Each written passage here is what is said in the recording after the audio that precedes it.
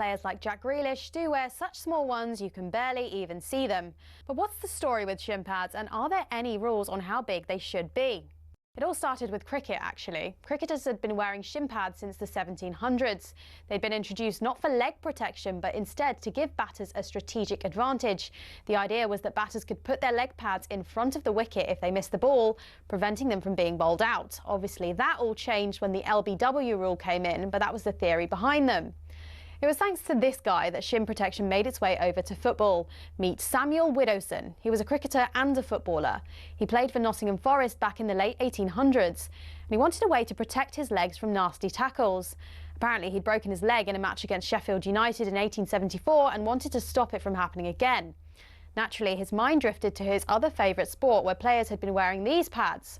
Story goes, Widdowson cut up his cricket pads, sewed them into his socks and popped them on before taking to the footy pitch. Ta-da! Shin pads. Like all great genius inventors, everyone took the mickey at first. To be fair, he probably looked quite stupid running around with these on. But it's thought his whole Nottingham Forest team then began wearing them from 1887, and the first known use of them in a match was in 1894, in a match between Newcastle and the then Woolwich Arsenal. Eventually, FIFA clocked on that this protection was pretty important for footballers. Multiple studies have shown wearing shin pads clearly reduces the risk of players getting lower leg injuries. And so, in 1990, basically 100 years after Widdowson first put them on, shin pads were made compulsory. It became a part of Law 4 of IFAB. That's the body responsible for setting the laws of the game internationally. But the law doesn't actually specify anything about measurements of shin pads. It just says pads must be made of a suitable material and be of an appropriate size to provide reasonable protection. It's really vague, and players can get away with a lot. A lot of grassroots clubs are choosing to ban micro shin pads for obvious reasons, though, especially after a 15-year-old player from Penistone Church broke his leg while wearing them. Still no change from IFAB, though. That's why Grealish and co can still get away with these ones, which are no bigger than a credit card and which seem to offer little to no protection whatsoever.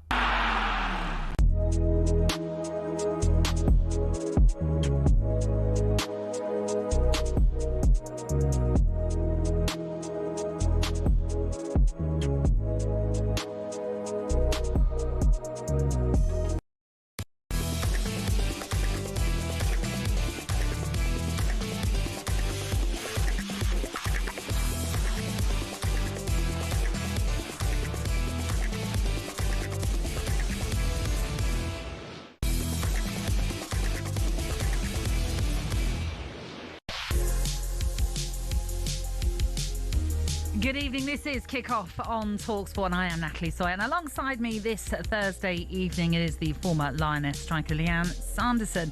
Coming up over the next 3 hours we'll discuss Liverpool. 6 defeats in the last 7 games. Is Arne Slot really under pressure already? How important is this weekend's game against Aston Villa to get their season back on track, and how do they go about turning it around? You can have your say on that matter and more too. 03717 223344. That's the number to call us on this evening. We'll also get Lianne's thoughts on Manchester United's resurgence. Could they really be title challengers? They face a big game against Nottingham Forest this weekend. And we'll also discuss the injury issues in the women's game. Michelle Aguimang has become the latest high-profile talent to suffer an ACL injury.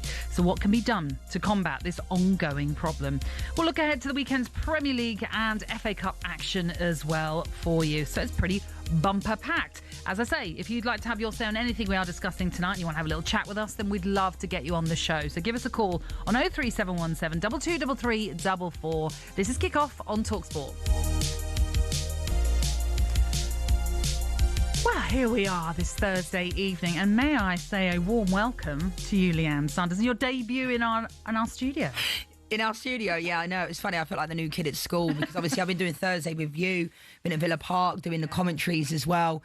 I spent a lot of my time in America, but I'm back now, fully from November. So, yeah, I'm delighted to be working with you on Thursdays. It's going to be great fun, I'm sure. But all is well with you? Yeah, all is good. Can't complain. Yeah. Been married for 2 months now. So everything's going Still in good. the honeymoon period? Yeah. Still going well, so all is good. That is good. And Manchester United, your beloved Manchester United, going pretty well too. I know we'll talk more about it later, but... Yeah, I mean, I love Ruben. I've loved him from day one, really, and I've always kind of backed him. There was times where it's been hard, especially the Lyon game at Old Trafford, this season. But at the same time, like, I don't know, sometimes we'll get into it more, like, about managers, but it's like sometimes they just need more time. Can't really see what's going on. We all have an opinion, including myself. Fans have an opinion, and rightfully so. But managing is an art. I say it all the time. If we'd all be managers in world football if we had the ability to be. And sometimes giving your opinion from a pub or from somewhere else, it's valid, but it's not the same as managing in-game decisions. Okay, well, we'll talk more about it, but they are going through a little mini resurgence, and if results go the way this weekend, they could be up to second in the Premier League, which, you go back a few months ago, we were all kind of thinking this was a disaster and it wasn't going to work with Ruben Amorim, perhaps. I say we all. I don't think you were thinking that necessarily because you said you like Ruben. Yeah. But we'll talk more about that a little bit later on, Lianne. Let's start, though, by discussing what on earth is happening at Liverpool. Last night's 3-0 humbling at home to Crystal Palace in the League Cup was their 6th defeat in 7. So what is going on? Palace 2 up, looking for a third here with Pino, and he's found it, slotting it beautifully into the bottom right-hand corner. The icing on Palace's considerable cake. Yet another defeat for Liverpool. The drama fast becoming a crisis. A 6th defeat in 7 in all competitions. I think they're getting a little bit frustrated with the excuses he's coming out with time and time again after games. They're meant to be building some super team here, right? And they ain't a super team right now. He spent 500 million quid, he broke the transfer record twice, and he's put a kids team out in the Carabao Cup. Okay, so that's some of the flavour of what's been said about Liverpool in the last few days. And, Lianne, last season, Arne Slot did very little wrong as he guided Liverpool to their first Premier League title under him. It seems so baffling to see where they are at right now, going through this bad run of form. I mean, can you put your finger down on what's going wrong exactly? Do you know what, Natalie? I feel like they almost done everything back to front, haven't they? Because I expected this to be how Liverpool would play last year and be in this situation after Jurgen Klopp. That's a difficult manager to replace, and then Arne Slot wins the league in his first season. We did the game at Selhurst Park a few weeks ago, myself and Crookie, and I remember the decisions that he made in that game. And I speak about it a lot, about decisions managers have to make. That's why they get paid the big bucks, to make in-game decisions. But, he took off Conor Bradley at half-time, put Szoboszlai out at right-back. Frimpong then came into the game 20 minutes into the second half. Szoboszlai then goes central, when actually it was Konate that needed to come out, and Kirkez was having a poor game as well. So, he's trying to fit players in, which I understand. Wirtz has been poor since he's come, but it does take a little while. McAllister's been not great this season. Mo Salah's not been good. So there's a lot of out-of-form players. Yeah. And I think, there needs to be a little bit of balance here. As much as I'm a Man United fan, I don't hate Liverpool. Sorry, I don't. I love football. I love Virgil van Dijk and I love Mo Salah. I think they're top players. Not when they're playing against Man United, but I love football. Man United is my one love. You know that. But at the same time, I'm not a biased Man United fan. I can see quality when I see it. And I think for Liverpool, there just needs to be a little bit more balance. Everyone's saying, because now, do you notice how now that Ruben Amorim's doing well at Man United, now someone else is on that conveyor belt of toxicity, and it's Liverpool. What would they have done? What would everybody have been talking about if Ruben didn't get better? They'd still be talking about him. Yeah. Do you get what I mean? So it's like now that Ruben's doing well, who's the next person? No one's ever talking about Enzo Maresca, are they? When Chelsea are underperforming, it's always either... And Manchester United are a massive club, so I understand that's why they're spoken about all the time. But I think Arne Slot's a good manager. His decision-making, the team selection last night was don't give people a reason to come for you. 10 changes from the Brentford game.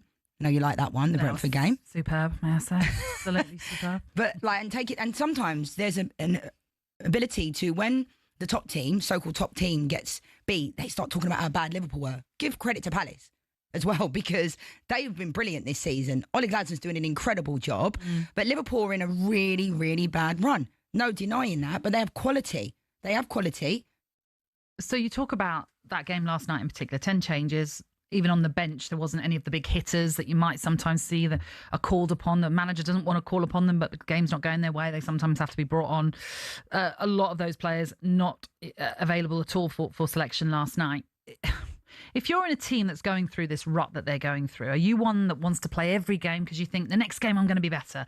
Or is he right to have made as many changes as he did because maybe he was just trying to reignite something somewhere else? Yeah, I mean, it's a weird one, really, because he obviously had it in his head. This is the team that he was going to go with probably a few weeks ago. They're always planning ahead, these managers. They're not thinking about the game in front. Whenever a manager wins, notice they're talking about the next 2 or 3 games. They say, we'll celebrate this one, but that's gone to bed by Monday morning. Yeah.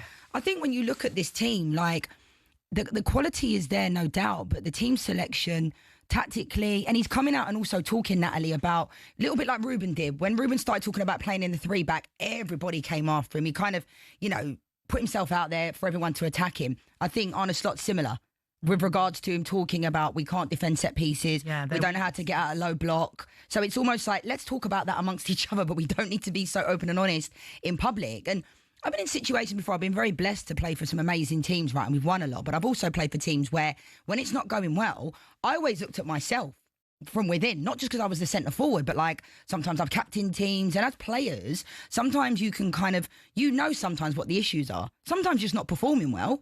There isn't always an issue with the manager, you don't like him and all those types of things. But I think sometimes the players have to look from within.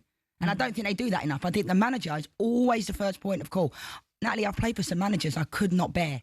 Do you know what I mean? Like tactically or anything. Like, you can't get on with everybody. No, you can't. You respect them. Yeah. And I'm sure there's a lot of players in the Premier League, in the Championship, that don't really like their manager. And their manager might not even like them, but it's a results-based business. And I think sometimes players get away with too much. They don't, like, no one really talks about how bad players play. It's always the manager. Arne Slot. Okay. What about Mo Salah? What about McAllister? What about Konate? What about the players that are underperforming every single week? And for the players, I know they're big on these leadership groups within teams now, but like I was always on teams where everyone was allowed an opinion and everyone was allowed a voice, and you try and work it out amongst you. And sometimes you can come together and be unified. But like, it's a weird one because no one saw this coming for Liverpool. And I don't think anyone can kind of put their finger on it. But I think last night, he's was a bit naive to play that type of team selection because they needed to get a win desperately, especially in the cup, at home.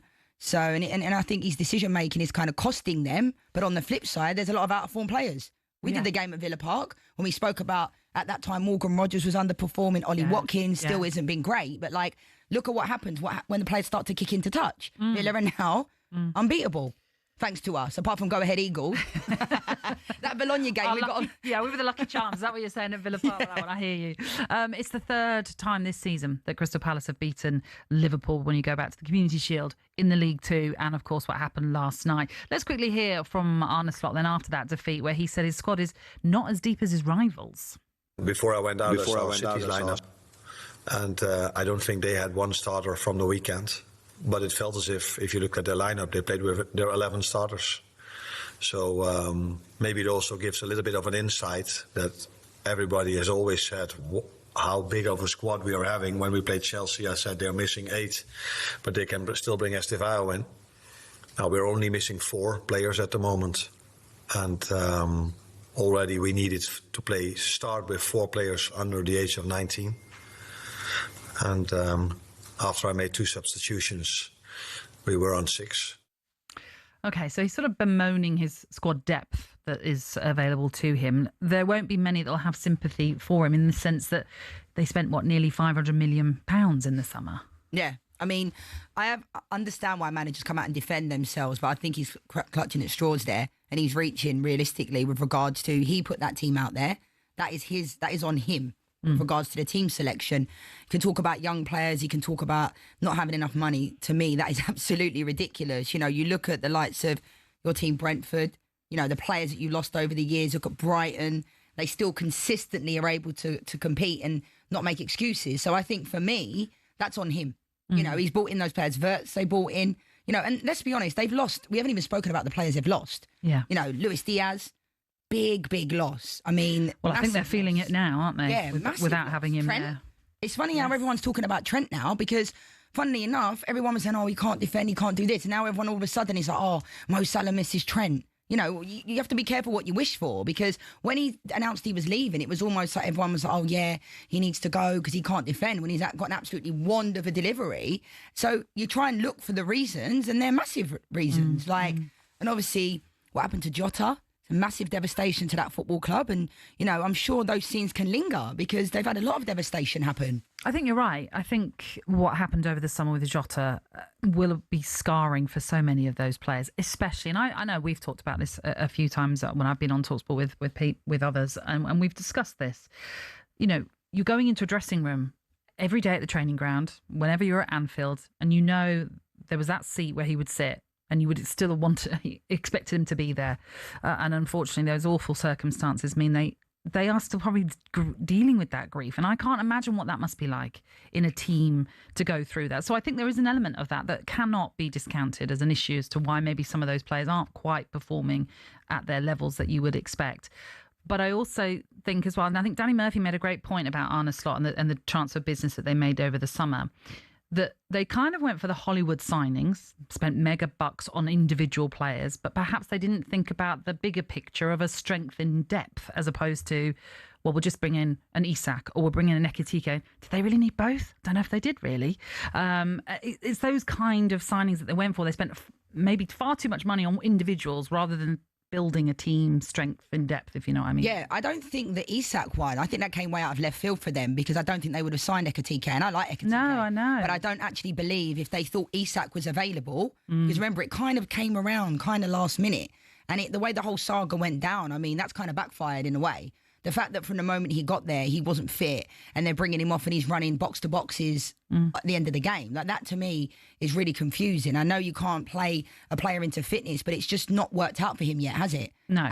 At Liverpool. And there's those things as well. And I think, you know, you look at their selection, you look at the players they brought in. I like Ekitike, but like I said, I don't think they'd have got Isak if they knew he was coming. So there's been a lot of that stuff going on. And I understand what you're saying, but then the year before, Natalie, everyone was saying they haven't made enough signings. And then they do make signings, and everyone's saying they're the Hollywood signings. So what can they... And they won the league. Yeah. Most people leading into season before last was not even expecting... Everyone was saying, oh, they might not even make the top four. They haven't brought in any new players. They haven't brought in any fresh players. And then they won the league. So football is a results-based industry, as we know. But I know it sounds cliche, but you do not become a bad team overnight. No. So it's down to them to kind of dig deep. And they've got a massive game at the weekend that I know you're doing. Yeah, and that is a massive game.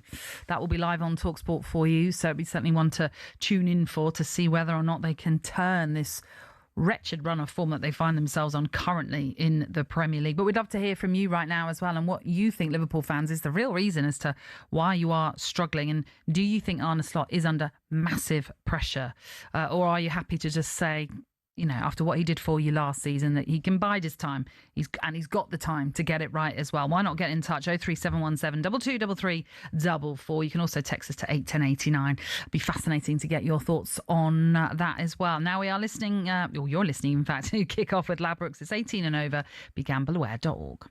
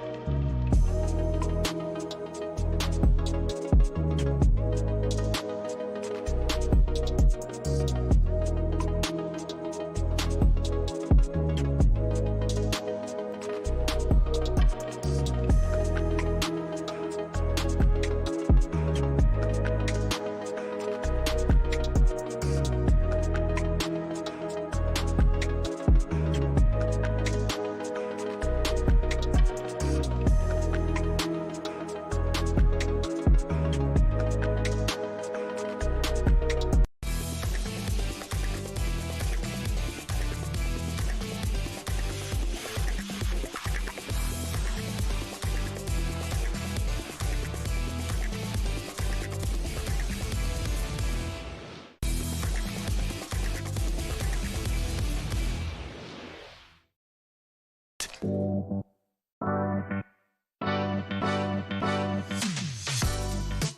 You're listening to Kick-Off on talkSPORT with the former Lianne striker Lianne Sanderson and me, Natalie Sawyer. We have got a massive competition running for you, but you've got to be quick because time is running out for this one with just 1 week to go until our lines close for your chance to play to win up to £100,000.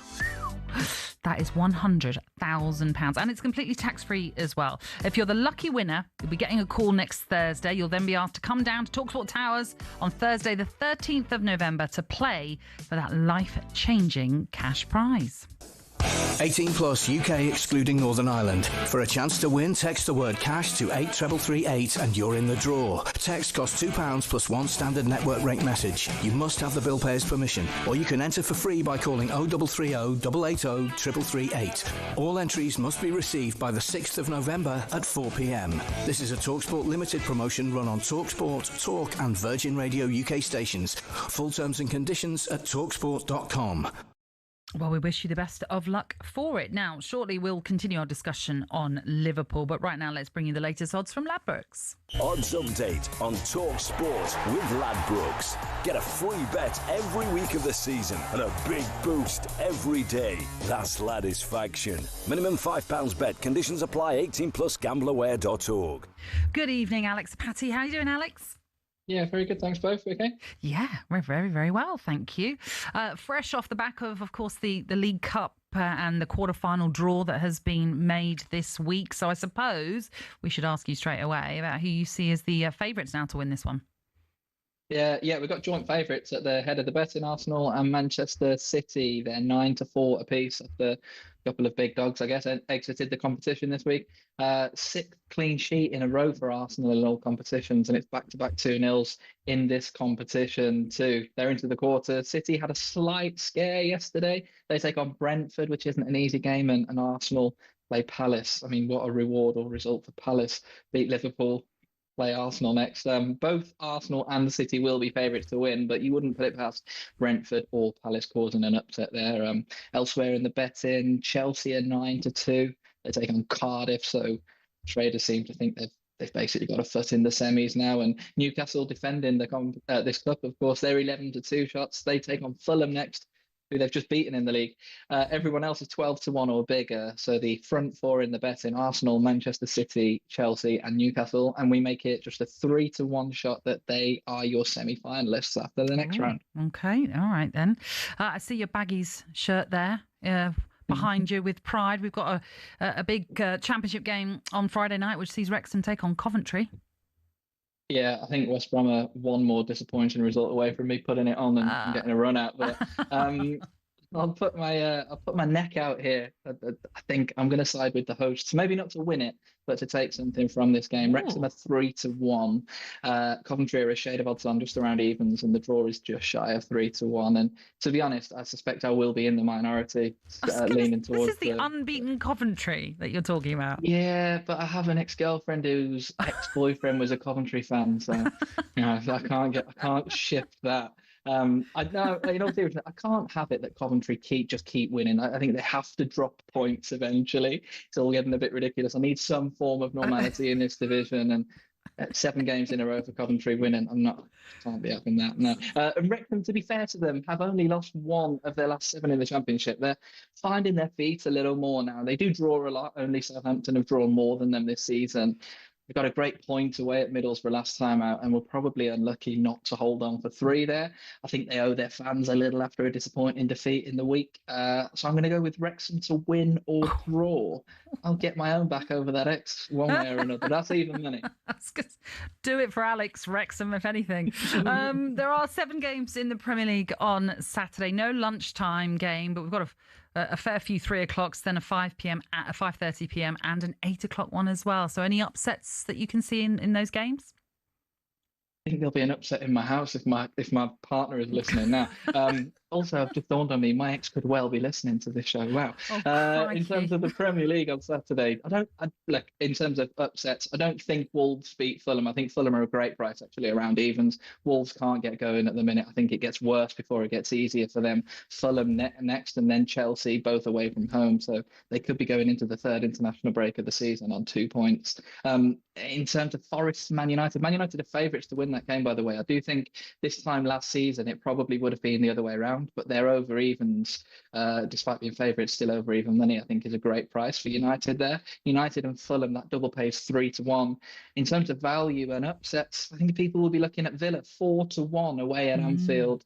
Plenty will be thinking they're the value bet this weekend. And look, if you're Liverpool and there's one team you don't want to be coming up against to put an end to your 4-game losing streak in the league, it's this Aston Villa side who have won their last 4 in the Prem. So Liverpool are odds-on favourites in that game. Points might be shared on Saturday night, just like they were when these two last met. So yeah, maybe not the 4-1 upset, but Villa double chance to win or take something away from Anfield. Well, that game is live on talkSPORT as well. Alex, thank you. We hopefully we'll be fine, and neither your ex or your girlfriend was listening. Fingers crossed. Oh my word! Right, nice one. That was Alex Apathy from Ladbrokes. It is 18 and over. BeGamblerWare.org. Odds update on talkSPORT with Ladbrokes. Get a free bet every week of the season and a big boost every day. That's Ladisfaction. Minimum £5 bet. Conditions apply. 18 plus gamblerware.org.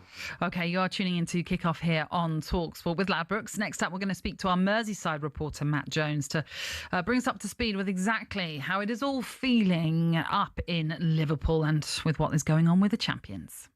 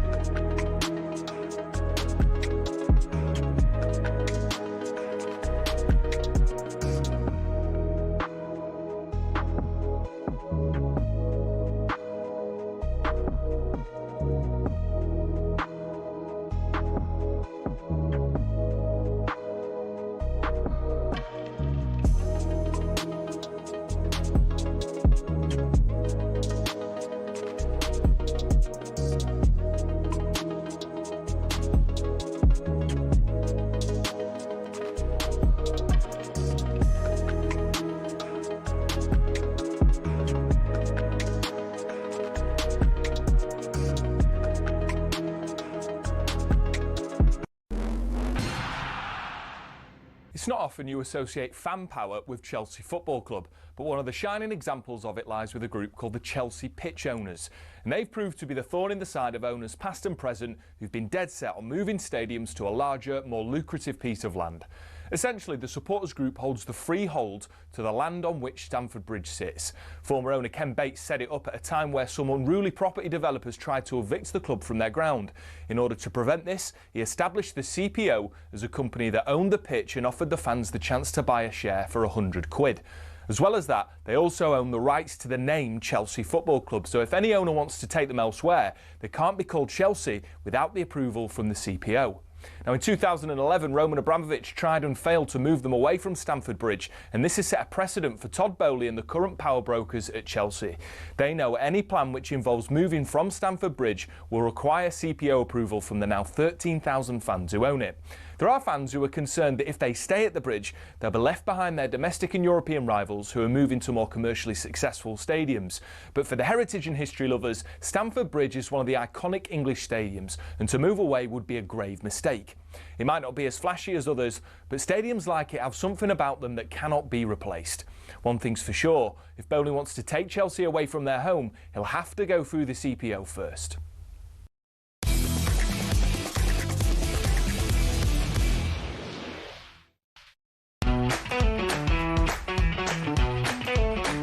Tuning in to kick off on talkSPORT with the former Lioness, that is Lianne Sanderson, and me, Natalie Sawyer. We're taking you through until the sports bar at 10 o'clock. Sheffield Wednesday's administrators have said players and staff have received their full wages a day early after months of late payments. Jemima Rodriguez hit a remarkable unbeaten century as India claimed a stunning 5-wicket win over Australia to reach a Women's World Cup final. That's in cricket. And former Arsenal player Adrian Clark joined talkSPORT Breakfast this morning, and he had high praise for Arsenal's new wonder kid Max Dowman following his start against Brighton. He has got explosive speed when travelling with the ball at his feet. So he's got beautiful balance. I always think that's a great sign of a quality young player. So he can just drop a shoulder and go. But then when he travels with the ball, he leaves fullbacks or defenders in his wake. He is absolutely a rapid dribbler. And then, of course, you look for his decision making, and I think it reminds me of Bukayo Saka's decision making when he came through. You thought, wow, you know, a 17-year-old shouldn't be this calm in the big moments, but it looks like Dowman's got that temperament as well. So the world is his oyster. Goodness me. I mean, he is quite a story, this Max Dowman, and I know a lot of Arsenal fans will already know plenty about him, but as fans of football, we're now starting to see more and more of him emerging in this team as well. How good is he from what you've seen of him? Yeah, I mean, he's just like, I can't believe he's only 15. I loved what Declan Rice was saying the other week, that he FaceTimed him and he was in his school uniform. Like, can you imagine, like, playing for Arsenal? And I don't know, I just think, like, we've seen Mikel Arteta do it historically with Ranieri, Lewis Skelly, and I think he's the type of manager that if you're good enough, you will play, regardless of your age. And I think I'm just mindful of putting a lot of pressure on these young players, because as we've seen historically, like, I don't think many things will faze him, but sometimes a lot of the players we've hyped up over the years is too much too soon. So it's almost like you want to protect Max Dowman at the same time, but not hold him back. So I think Mikel Arteta is the perfect person to kind of guide him throughout that. Obviously, it's important he has a family around him. You know, I know Ray Parlour shared a few stories about, you know, talking with his dad and that type of stuff. So, but I can't even imagine, because when I went into the Arsenal first year when I was 14, right, I played in the FA Cup final on the Monday, begged my mum and dad to not have to go to school the next day because I wanted to go out with the girls, was too young to go out, so I had to go to school the next day. And it was a really rude awakening. I'm not saying it was the same level as playing for the Arsenal men, but it was an FA Cup final, you know, we'd won. It's a big deal. Yeah. It was our second time I've won the FA Cup final, and I was so young. And like all my teammates would go out and I had to go to school. And I'm sitting there looking out the window thinking, what is going on? Yeah. So I can't even imagine, because that was not in front of as many people. We're talking maybe 20,000. It was at Nottingham Forest, so I'll never forget it. And we played at Loftus Road as well. But like, I can't even imagine how Max Dowman must be feeling after a game, because the adrenaline and the feeling, like, I remember I used to watch everything back on Sky Sports News. The first time I ever saw myself on Sky, I was like, oh my God. You know, I was only 14 and I came on against Fulham and scored. And I remember thinking, oh my God, like, this is amazing. And I just wanted more. Do you know what I mean? And then I went into, they don't have reserve team football anymore, but I went to the reserves, and it was always that feeling, I want to get back to the first team. I only played a couple of games in the reserves, but like, for Max Dowman, he's been spoken a lot about Haaland for a number of years now. Similar to players like Wayne Rooney. Like, people that are in the know about these types of players, but then sometimes they don't end up making it.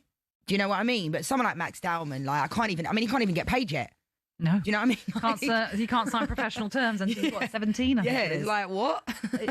Yeah, but what an experience he's having. But you're right, he has to be handled in the right way. And when you just talked about being 14 in an FA Cup final, how were you handled in terms of, making sure that... no one can handle me, Natalie. That's what I'm worried about. No, but there's this... I mean, there clearly was a pathway for you, but they've got to make sure that pathway continues, because we've seen a lot of youngsters break into teams and then, unfortunately, their careers have not gone the way that we have all expected it to. Yeah, I mean, I think Arsenal... Being at the club, I was at the club from when I was 9, and they really looked after me, looked after my mum and dad, my family, and I think Arsenal are very, very good at that. And I think for someone like Max Dowman, it seems like he's got his feet on the ground. Nothing really seems to faze him when he's coming on in games, when he's starting in games. He doesn't look like a 15-year-old. And I honestly felt like, if you looked at me when I was 14, I didn't look like I was 14. Do you know what I mean? You look at a regular 14-year-old, they're quite small. I looked like I should have been there. Same as Max Dowman, same as when Wayne Rooney scored that goal against Arsenal. Ironically, he didn't look like a normal 16-year-old. So, because when you're thinking of a 15-year-old, like, they're just about going through puberty. Do you know what I mean? Like, imagine some 15-year-olds grow different times. Yeah. Some of them grow. Look at Scott McTominay. At one point, apparently, he was one of the smallest kids at Man United, and then he grew. Do you know what I mean? David Beckham, the same thing. He had a massive growth spurt. So I think for Max Dowman, I think Mikel Arteta will manage him, but I can't even imagine how he must be feeling. Like, imagine being in a dressing room, being on the team bus. I remember for me, it was like, I just wanted more. You just want more and you want to work harder. So when you get there, I felt like I just wanted more. And I think it helps your teammates. I had an amazing group of players at Arsenal that just took me under their wing. And I wasn't big time either. I respected them. Do you know what I mean? I think there's a level of, like, you go into the first team and sometimes there's a sense of entitlement with young players. I should be playing, right. I'm better than everyone. Whereas me, if they asked me for the ball, if Kelly Smith or Rachel Yankee asked me, I'd give it to him. I never forget, my manager brought me in for a meeting and he was like, Lianne, stop passing them the ball. Because I wasn't scared of them. They wasn't scary. It was just the respect. Yeah, I get you. Do you know what I mean? So I think with Max Dowman, like, you can see Declan Rice has kind of taken him under his wing. And, there's a lot of young players. I mean, imagine. Yeah. Like, it's just brilliant. And I think, we have to kind of almost wrap him up in cotton wool to a certain degree. The Arsenal fans love him. Don't put too much pressure on Max Dowman because, he's just 15 years old. 15, no, crikey. It's mad. I mean, I have a 15-year-old now. My son celebrated his 15th birthday this week, and I can't actually envisage the idea of him being a footballer. Not that he's not interested in football, so he wouldn't be, but I just can't comprehend that a 15-year-old could be making a start in his career. And I know we've seen plenty of teenagers break into teams as such, but it's just still quite mind-boggling for me anyway. But look, let's take you back to the Liverpool situation, shall we? And kind of gauge what the current mood is on Merseyside for you. Joining us to help us with that is talkSPORT's Merseyside reporter, Matt Jones. Matt, how are you? Good evening to you. Good evening. Yeah, very well. Thanks. How are you? Hi, Matt. Yeah, we're all right, thank you. I mean, it has been a baffling sort of period of late for Liverpool. What have you made of it all, and what is the feeling like amongst Liverpool fans right now? Yeah, it's been an odd run, hasn't it? 6 defeats in 7 games. Obviously, hoped many Liverpool fans that win in the Champions League in Frankfurt was going to be a turning point, and then the last week has obviously proved that it wasn't, with the defeat to Brentford and the loss against Crystal Palace. I think there was a lot of frustration after what happened against Crystal Palace last night. Yes, it is, in inverted commas, only the League Cup, but it's a competition that Liverpool have had a lot of success in recent years. And they went with, let's be honest, quite a weak team. They left a lot of their big guns out. And Liverpool fans looked at that and thought, is this not a chance for us to try and, get back through the gears and get back to the form that we need to be showing to be competing at the top of the league and in Europe as well? So, yeah, a lot of concern from those Liverpool fans that this is going to be a longer bad run of form than they had hoped it would be. How do you think that they're going to turn this around? Because, like I've said, I love football. There's a lot of Liverpool players that I would love to have had at Manchester United. They're like dream footballers, like Van Dijk, Mo Salah, McAllister. But there's a lot of out of form players, isn't there? So how does this change? Coming up against a good Villa side at the weekend, where is the next win going to come from? Because it doesn't look like, it's almost like the definition of insanity, isn't it? Well, you mentioned Villa at the weekend. It's then Real Madrid in the Champions League on Tuesday, and then it's Man City away next Sunday. So it doesn't get any easier for Liverpool. It's really tough because they've spent all that money in the summer, brought in players that we know are very, very good players. Isak has starred in the Premier League for Newcastle and scored against Liverpool a few times as well. Wirtz is obviously a very good player. Kirkes did well when he was at Bournemouth, and whoever else they brought in this summer as well. We know they're good players, but they just haven't fitted quite into the system, or the way that they are performing isn't to the level that perhaps their price tag would want them to. It's really interesting because I've seen a few comparisons with people. Remember, they won the title in 2019-20 under Klopp. Obviously, it got confirmed behind closed doors. And then in that COVID season of 2020-2021, they went on a horrendous run. From the January onwards, really. They lost against Southampton very early on in 2021. And from then on, it was a real struggle. And people might remember, I know it was behind closed doors, but there was a home defeat to Everton, which doesn't often happen from Liverpool point of view. Fulham went to Anfield and won. Brighton went to Anfield and won. So there are some comparisons with that team that won the title and then fell off a little bit the year after. But this is different because that team hadn't had loads and loads of investment put into it. It wasn't a completely different team like this one is. And those players that have come in, they are expected almost to hit the ground running and enhance the team, make them well, when they spent all that money in the summer, the thought here on Merseyside was who's going to be able to catch them? Who's going to be able to compete with a club that won the league at a bit of a canter last year and fell off towards the end once the job was already done, but have now reinvested and look even stronger? And for whatever reason, it just hasn't worked, has it? So one of the things that people might think they could do is start getting a few more players in their more natural positions. I know there's been some frustration at Szoboszlai not playing at the heart of midfield. He's been at right back, and obviously it hasn't quite worked since Trent's left. They wanted someone who could be as good a ball player as Alexander-Arnold was, with the defensive duties as well, and that hasn't quite worked. And taking Szoboszlai out of midfield, I think, has detracted a little bit as well. So, that's perhaps one theory. Others, doesn't help that Alisson has been in and out of the team with injury, and obviously having a different goalkeeper can disrupt things. And then if you look at the back four that last year was pretty settled. Robertson on the other side, no Trent Alexander-Arnold on the right. Robertson's been out because Kirkes has come in on the left. So there has been a lot of unsettlement in what I guess you would call a back five. Only really Van Dijk has been a regular starter from last year to this one. It's so bizarre. I mean, I was at the Brentford-Liverpool game, and it's the first time I've ever looked at a Liverpool side and thought, this is not a team. They just seemed, as you sort of already mentioned, unsettled, in disarray. Van Dijk was often berating Kirkes, which you understand to a point, in the sense that he's the captain, he's trying to cajole him, he's trying to get him going, because otherwise it's kind of occupying Van Dijk's mind, I suppose, a lot of the time, of what Kirkes is doing. But in a broader sort of sense, that defeat at Brentford was one of 4 on the road in this run that they're going through. 2 of their defeats obviously have happened at Anfield, the Manchester United one, and also last night to Crystal Palace. Is there a concern that Anfield at the present moment then doesn't even have this feel of a fortress as well? That's an interesting one. I guess you can take last night out of the equation to a degree. You look at the players that started in that game, and absolutely no disrespect whatsoever to Crystal Palace, but it wasn't Liverpool's first team that they beat, was it? Woodman was in goal. They had likes of Nioni was playing. Chiesa got a rare start. Morrison, Rio Ngumoa was playing as well. So there was a lot of change and chopping in that side. But the Manchester United game was the one where you kind of sat up.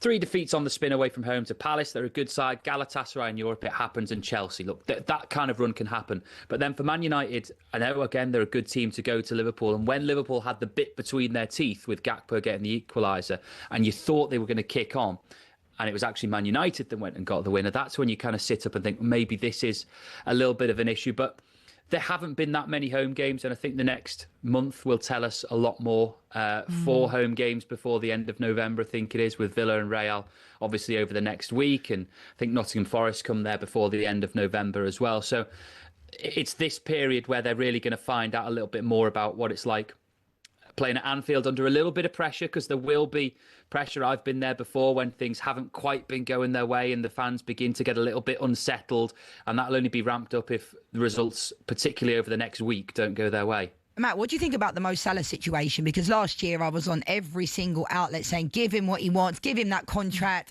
doesn't matter about his age. And then it seems to be kind of backfiring on me because his form has been poor, hasn't it?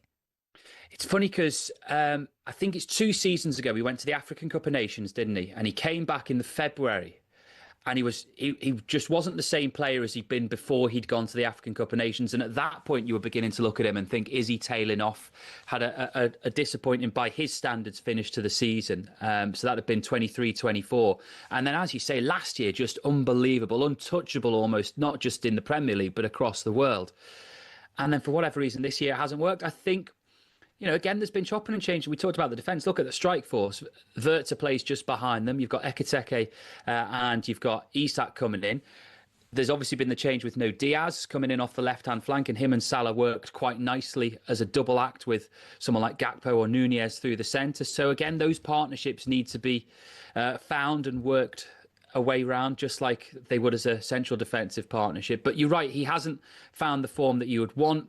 His finishing hasn't been as great. I think it was the Man United game where he missed one at the near post where he just thought, no, that's the kind of chance that Salah usually would gobble up for breakfast. And then when that happens as a striker, I mean, I've never scored a goal in the Premier League, so I don't know. But my theory, or from what I can tell, is that the next one comes along and you're just so desperate to score it that you maybe snatch it a little bit, or you have the situation like with Wirtz a few weeks ago where he could have passed to Wirtz and Wirtz could have got his first goal. But Salah's so desperate for goals himself that he went alone and he took the goal, obviously, which as a striker you want to be greedy, but it just can add that pressure to you, can't it? But I do wonder if just the changes in the formation, he hasn't got Trent bombing on behind him. He hasn't got the same players up alongside him in that 3, if you like.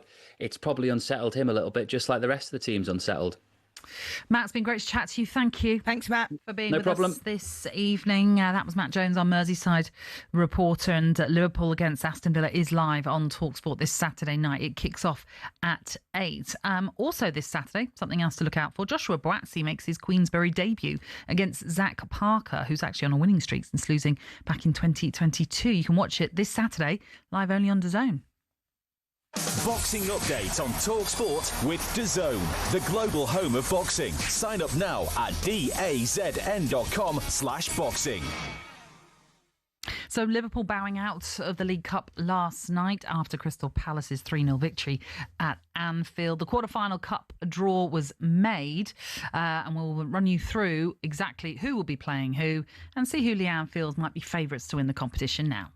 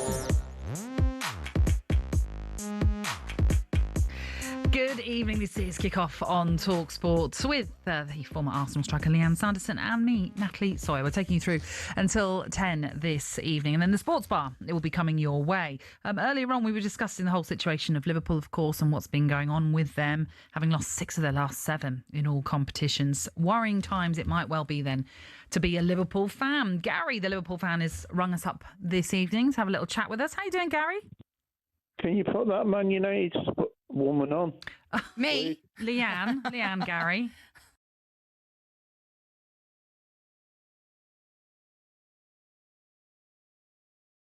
Gary, let's not be personal about that.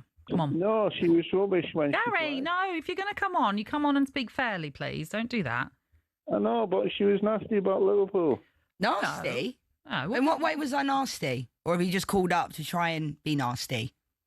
Can you tell me how bad United was last year then? Yeah, I talk about Man United all the time. I'm not a biased Man United fan. I've spoken about the fact that I like Van Dijk. I've spoken about the fact that I love Mo Salah. Have you been listening to the show? But Man United was so bad, how come you can't talk about that instead of criticising Liverpool? Because I've not been criticising Liverpool. No, Gary, the problem is we're talking about the now, aren't we? So I don't think it's relevant to talk about Manchester United last season because they did get a lot of criticism last season. But we're talking about the now, and unfortunately things are not quite working out for Liverpool. But look, if you're going to come on and be nice. Don't be... You don't need to be perfect. I'd love to know which game you've watched me playing, Gary, as a player. Love to know. Ignore Gary. That's not what we want to get on the show, that's for sure. Look, let's move on. But we're happy to have you come on and have a chat with us. God. But you don't have to be personal, for goodness sake. Right, it's time now I think I did all right. I scored 100 goals in 2 years. Rubbish. Time now to look at the latest football action with Ladbrokes. The big preview on talkSPORT with Ladbrokes. Get a free bet every week of the season and a big boost every day. That's Ladisfaction. Minimum £5 bet. Conditions apply. 18 plus gambleaware.org. All right, let's discuss the League Cup draw, shall we? We're into the quarter-final stage now after this week's results, and this is how they will line up. Arsenal then will take on Crystal Palace, Liverpool's conquerors, at the Emirates. Cardiff, the only EFL representative still in the competition, will host Chelsea. Brentford's reward, if you like, for putting 5 past Grimsby is a trip to Manchester City.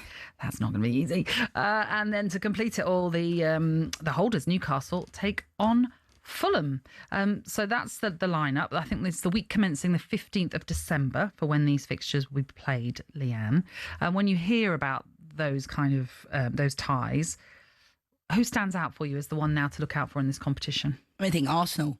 I think when you look at everything they're doing and the form that they're in and the feeling, and I think even the game last weekend against Palace, I know like they've got them again in this next round, but like those types of performances, Eza scoring against his former side, you know, is one of those ones. But like, I feel like those are performances that Arsenal wouldn't have had last year. They would have drawn that game or they'd have lost that game. There was a couple of years ago that we did the Southampton game there and they lost, and then there was the West Ham game where Saka missed that penalty. So I feel like for Arsenal now, like I say to all their fans, and Theo Walcott actually said it on one of the games last week, like, why is no one saying Arsenal can win the league? Why is no one... Arsenal should be cleaning up this year. They're the most informed team. They've got fantastic strength in depth. They finally got a number 9, Gyökeres. Yes, he still isn't... Yes, he's got his last couple of goals, but like he still isn't at his best yet. But you can see they've got quality. You know, Declan Rice does what Declan Rice does. He's fantastic. Gabriel, Saliba. You know, I feel for Lewis Skelly. So I'm quite surprised he isn't playing as much. You know, Calafiori's gone in there. But you can feel it, can't you? There's a feeling around the club. So I think for Arsenal, like, they need to go on to win a trophy this year. A trophy's a trophy. I don't want to hear, you know, oh, it's the EFL Cup or it's the Carabao Cup. Like, it is a trophy. Yeah. Ask the Newcastle fans how they felt, you know, when they're winning trophies. Like, it is a trophy. When you're talking about cleaning up, how far are we extending this to? Are you even involving the Champions League in this? Potentially. I mean, I'm not saying Arsenal are going to win the Champions League, but like you look at the way that they perform. But they're more than capable of. Absolutely. And I don't want to hear this whole thing about... I remember there was a couple of years ago everyone saying, oh, Arsenal are going to go on to win the league now. They're out of the Champions League or they're out of the Europa League. And then they didn't. At the end of the day, when you're a top side, when you're top players, you have more games. That's just the nature of the beast. And that's what you welcome sometimes. They say, oh, you know, this is great for this club because they're not in the Europa League this year or they're not in the Champions League. As a player, I want to play in every single game. I don't care if I play 2-3 games a week. Whereas now it's like, oh, no, we can't play in, we can only play 1 game a week. We need to have a warm down. No.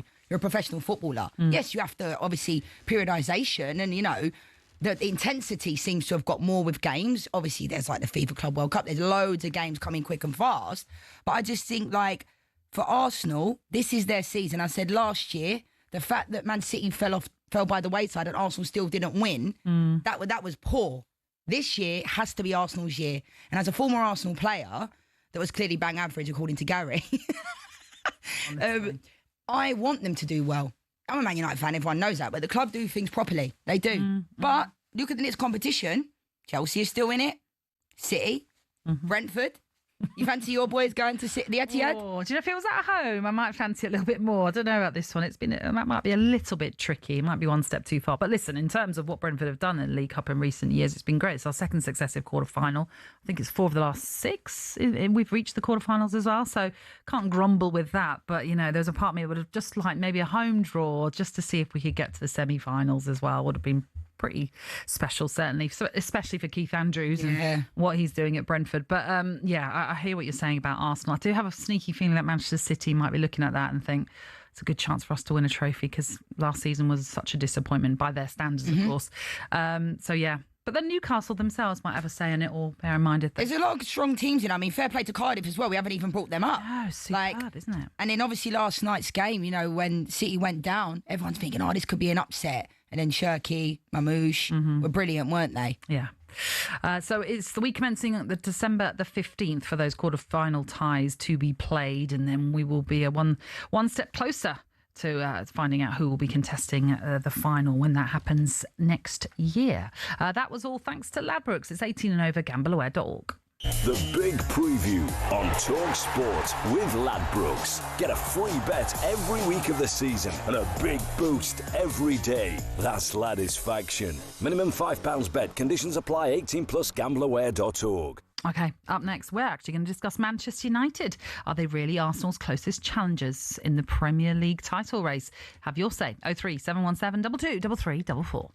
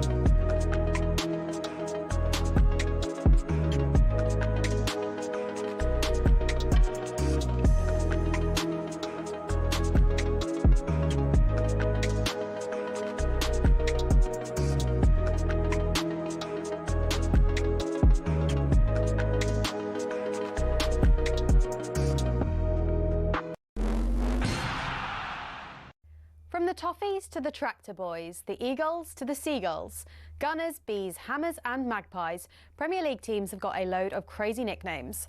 Ever wondered where they came from? Let's start with Everton. They're dubbed the Toffees, but why? Well, because when the club was formed, just down the road there were two local toffee shops. Ye Ancient Everton Toffee House and Mother Noblet's Toffee Shop were big fan favourites. Next, they say if you can't beat 'em, join 'em, and that's exactly what Ipswich Town did when it came to their nickname. The term Tractor Boys used to be chanted by their opponents as a way of putting the team down for their farming background. But during one game back in the late 90s, Ipswich were 1-0 up and they decided to flip the script. 1-0 to the Tractor Boys, they sang, and a new nickname was born. Let's head to Leicester, famous for more than just a red, well, orangey cheese and Jamie Vardy. Leicestershire is also the birthplace of fox hunting, hence the Foxes. Next up, turns out apples are not the only fruit that don't fall far from the tree. Bournemouth's nickname, the Cherries, comes from the fact the club's stadium was originally built right next to a bunch of cherry orchards. This next story actually involves two club nicknames. It started with Crystal Palace. They were having an absolute nightmare run back in the early 70s. They'd been relegated after a terrible spell and manager Malcolm Allison decided enough was enough. He wanted a new nickname, something strong, fast and destined for success. Something exactly like an eagle. But there's more to this one. Brighton were in search of a nickname too, and Palace finally gave them what they needed. In a heated match between the two back in 1976, Palace fans began chanting, "Eagles, Eagles." And some clever Brighton fans came up with the perfect reply, "Seagulls, Seagulls." Not all club nicknames have a crazy story though. Take the Gunners. That just comes from the fact a group of munitions workers in the Royal Arsenal factory in Woolwich set up the club in 1886. On the flip side, some nicknames seem simple, but there's a bit more to them. Like West Ham. The Hammers is actually nothing to do with the ham part of the name. It comes from the fact the club used to be called Thames Ironworks FC and was made up of workmen and shipbuilders. So next time the away end's chanting their crazy nickname, you'll now know exactly where it came from.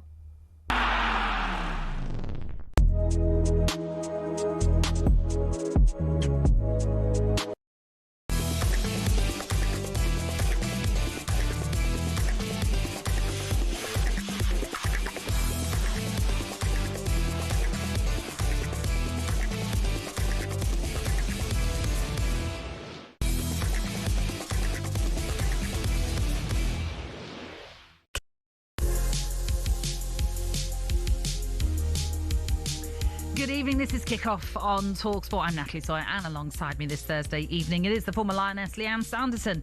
In this hour we'll discuss Manchester United. Are they on their way back to being title contenders again? 03717 223344, that's the number you can call us on if you want to have your say on that matter. Also in this hour we're going to discuss ACL injuries, especially in the women's game. Michelle Agumang has become the latest player to suffer the injury. So what's going on and what more needs to be done to identify the causes? We'll also discuss Chelsea later on. Why are we getting so many red cards from Enzo Maresca's team? And is it a genuine problem or just unfortunate? We love your involvement as always as well. But don't be a Gary. 03717 223344. That's the number to call us on this evening. Oh dear. There we go. Well, that was an eventful first hour. We will move on. Didn't I read somewhere though, Natalie, that they said the name Gary was becoming obsolete? Dying out. No one's calling their babies Gary. I think you saw that. Probably right. You're probably right. I think Nigel is another name, unfortunately, for some that is dying out too. Yeah, it's true. Actually, you never hear. Even my nan's called Joyce. I don't think you. Oh, there's a little baby Joyce. Joyce. I know. There are certain names. I know we're going off topic here, but there are certain names I can't imagine. And forgive me if you are a Gary or a Barry or whatever that you caught a baby. You go, oh, Gary, baby. But as an adult, fine. I get all my dad's mates are called Barry or Gary or Dave.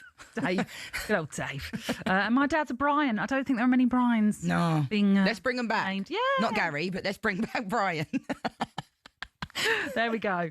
Right, should we move on to something you love? Yes. Manchester United. They have won 3 consecutive matches versus Sunderland, Liverpool and Brighton, and finally look to be moving upwards in the Premier League table under Ruben Amorim. This weekend they face Sean Dyche's Nottingham Forest at the City Ground, with a feel-good factor starting to develop once again around Old Trafford. But how positive should United fans be, and are we really in a position to look at the Red Devils as top 4 or even title contenders, as some might say. And I say some might say, I'm talking about on talkSPORT Breakfast this morning.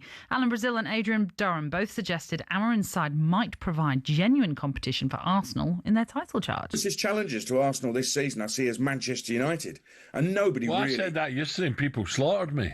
Yeah, but nobody can really see them winning the title. Having said that, I mean, the way they've been playing recently and getting results, maybe it has clicked and maybe they will provide a challenge. How incredible would it be if Man United actually went on to win the title? Oh, it'd be amazing. Blows my mind. I think it would blow a lot of people's mind. No one would expect that at all. But let's get your thoughts as a Manchester United fan and what you're seeing right now. Do you agree with what Alan and Adrian are saying? I mean, Adrian's one of my closest mates. Yeah. You know, Adrian doesn't have a strong feeling for Arsenal. But as much as I'd love to believe it, I can't see it. No. Like, Arsenal was still for me. Like, I mean, it's not too long ago, like a month ago, they're asking for Ruben to get sacked, everybody. Now we've gone on this really good run. So I think there needs to be a little bit of balance here. I can't see us pushing for the title. We need to carry on in this way. We're getting really good results of late, not just Liverpool, but the Brighton game at the weekend. I think, you know, Mbeumo, Cunha, performing really well. There's still some fragilities, but I'm happy with where we're at. But for me to sit here and say we're going to win the league, I can't. That doesn't feel right to me. Do you know what I mean? But a lot of people are saying the women's team are going to win the league as well. Genuinely, like they're going to push Chelsea. They're in a really good run of form. So, you know, I'm happy with where we're at. We're much better than we were, say, a couple of months ago. But like I've always said, people have come after when I've backed Ruben. But Ruben, similar to Arne Slot, like I said earlier, so honest. We want the players, we want the managers to be so honest, don't we? We don't want it to all sound like robots and say, oh, we were unlucky. And I love that about Ruben, but I think he's opened himself up to criticism. I'm not changing my system. I'm always going to do a 3-back. Everyone then, what does everyone talk about? The 3-back, the 3-back. Tactically, he needs to change his tactics. Every single person sounds like a carbon copy. If he didn't say that, similar to when Ralph Rangnick came in and said, I'm playing a 1-1-1, whatever it was. It was literally a 4-3-3. Do you know what I mean? Yeah, so I just think we're in a good place. I love that Alan Brazil and Adrian are saying that. I don't believe it. Well, I suppose maybe they're suggesting you could have a big say in the title race in the sense of, you know, you've already beaten Liverpool. I know Manchester City, you lost to Manchester City earlier on in the season, but, you know, you've had your say in some and maybe down the line. Yeah. You might have a bigger say to play. And again, Arsenal beat you at the start of the season, but these are the sort of games maybe that further down in this season, perhaps Adrian and Alan are suggesting that you might... They know their stuff. No one's disputing that. Alan and Adrian know what they're talking about. But for me to sit here, I mean, you have to have some balance, I think, as a Man United fan. Like, I love the club, but at the same time, in the last few years, it's almost made me want to hate because I love them so much, Natalie, that it's like so painful for me to watch my club do that. You know, I don't just go and sit in hospitality. I like hospitality, don't get me wrong. I go in the away end. You know, as a Man United fan, it is. It's absolutely crazy. I took my mum there a few years ago and she was like, I can't do it again. Went in the away end at Selhurst Park and no one's sitting in there. But these are I'm not saying that the real fans don't go to Old Trafford, but the diehard fans are at away games and that's the feeling. So I love this football club so much that it just absolutely has ruined me over the years. It used to ruin my weekend. Do you know what I mean? Like I used to not be able to go out, genuinely. To literally, and then I got to a point we kept losing. It's not fair on my wife. It's not fair on my family. I was a nightmare with Man United. As a player, I was always a nightmare when I lost. But I always, if I lost, I was able to shake hands and all that. But when you can't control it, and when your team is performing so bad, and there's nothing you can do as a fan, I think that's the hardest part about it. So, love Ruben. Continue to love Ruben. I'm probably one of the only people that has continued to show him support since he's came in. He's been in the job a year this week, I'm pretty sure. And that's right, I love him. November, love Ruben. And, you know, sometimes these things take time. You cannot keep sacking the managers over and over again. Well, let's not forget, he didn't want to come in when he did. He wanted to come in the summer where he knew he would have time to work with the squad and his team. And clearly now we're starting to see the fruits of that. 3 wins in a row, as we've mentioned, Sunderland, Liverpool and Brighton. If you look at the stats, only Arsenal have accumulated more points than Manchester United since match day 3 in the Premier League. And having lost to Brentford like they did, when was that? At the end of September. All right, I need to bring it up again. No, but this is... We've just beaten some good teams recently. But since that, they've responded to have that winning run that they're on. And that's what you needed to see. And Lamins. New goalkeeper, massive signing, massive signing. He didn't start him in the first couple of games he was there. That's right. Still played Altai, And he's been what a great addition. And it's amazing because we've settled for mediocrity over recent years. Since David De Gea left, you have to be careful what you wish for. We know he wasn't at his best by the time he did leave. I still don't think the club treated him. I know he came back recently, Fiorentina, and they kind of gave him his send-off, but I don't like how that whole situation went down because David De Gea was a fantastic servant to Manchester United over the years. But now we've finally got a good goalkeeper in. Look at what can happen to the back line. De Ligt is playing the best we've seen him play.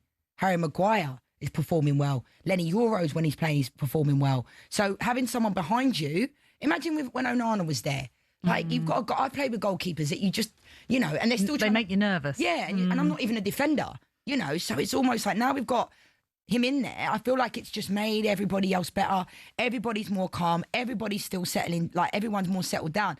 I think with Šeško as well, he's not the type of centre forward that might be easy on the eye, but I think he's got a little bit to offer. Beginning of the season, I was thinking, not too sure about Šeško, but if you're comparing him to like Gyökeres, not as the way they perform, I'm talking about since they've come in, like Gyökeres isn't really setting the world alight.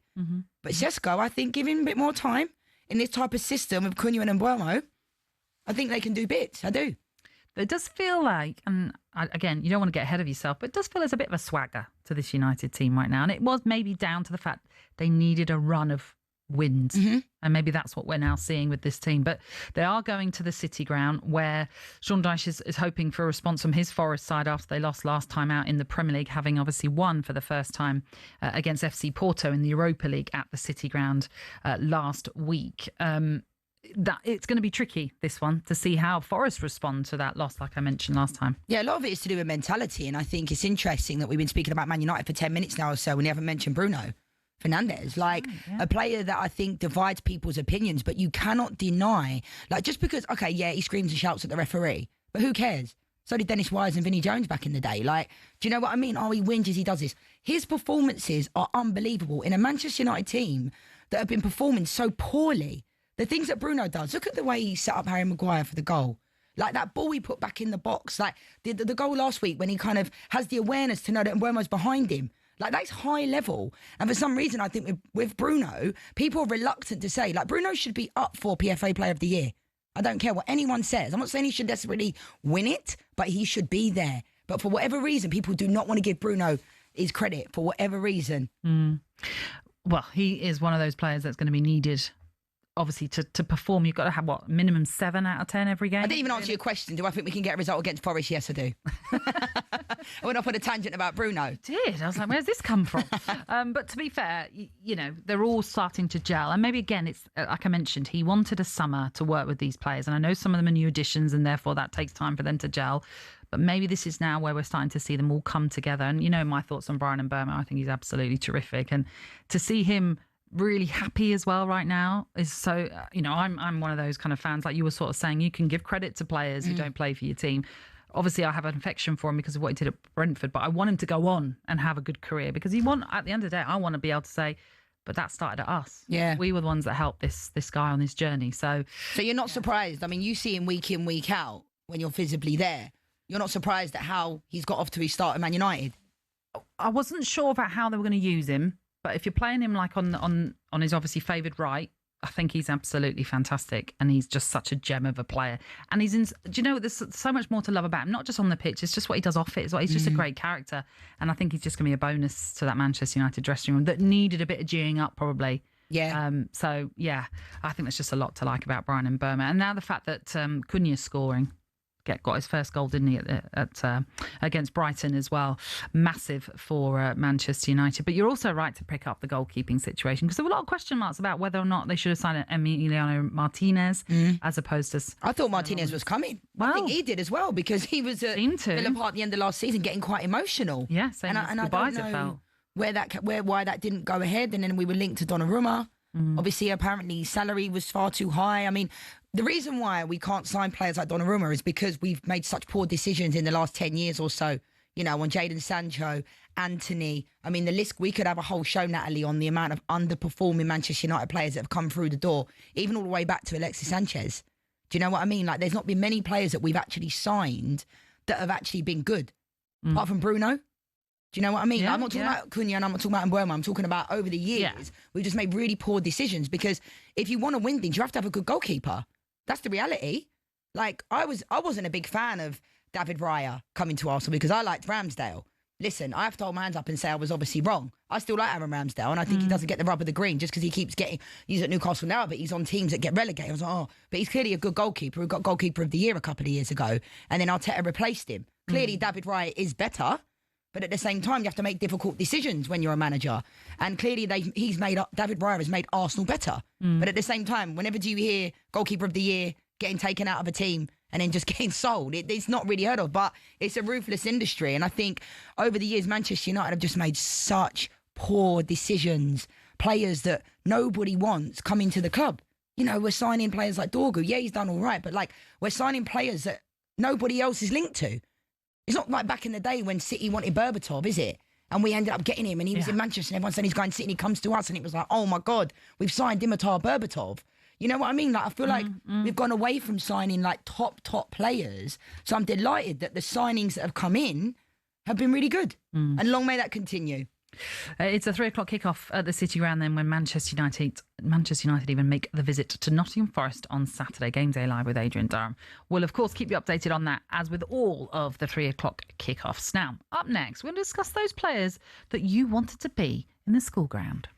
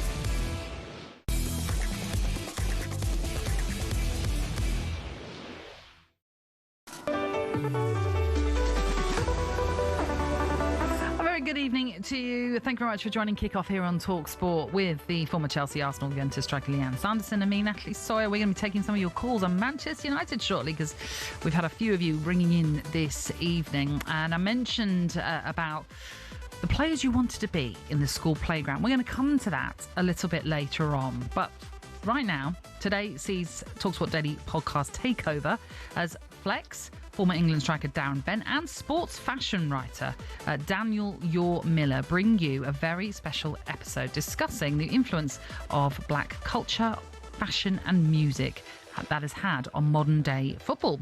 From Ian Wright to Clinton Morrison to Raheem Sterling, across the years we've seen so many important black figures in the sport of football, but one in particular stands out for Flex. I feel like there's this unwritten rule, especially in black culture, that Thierry Henry is like your icon. Like, he's your idol. Like, it doesn't, like, maybe Spurs fans might disagree and say he ain't mine. You know what I mean? Like, black Spurs fans might be like, no.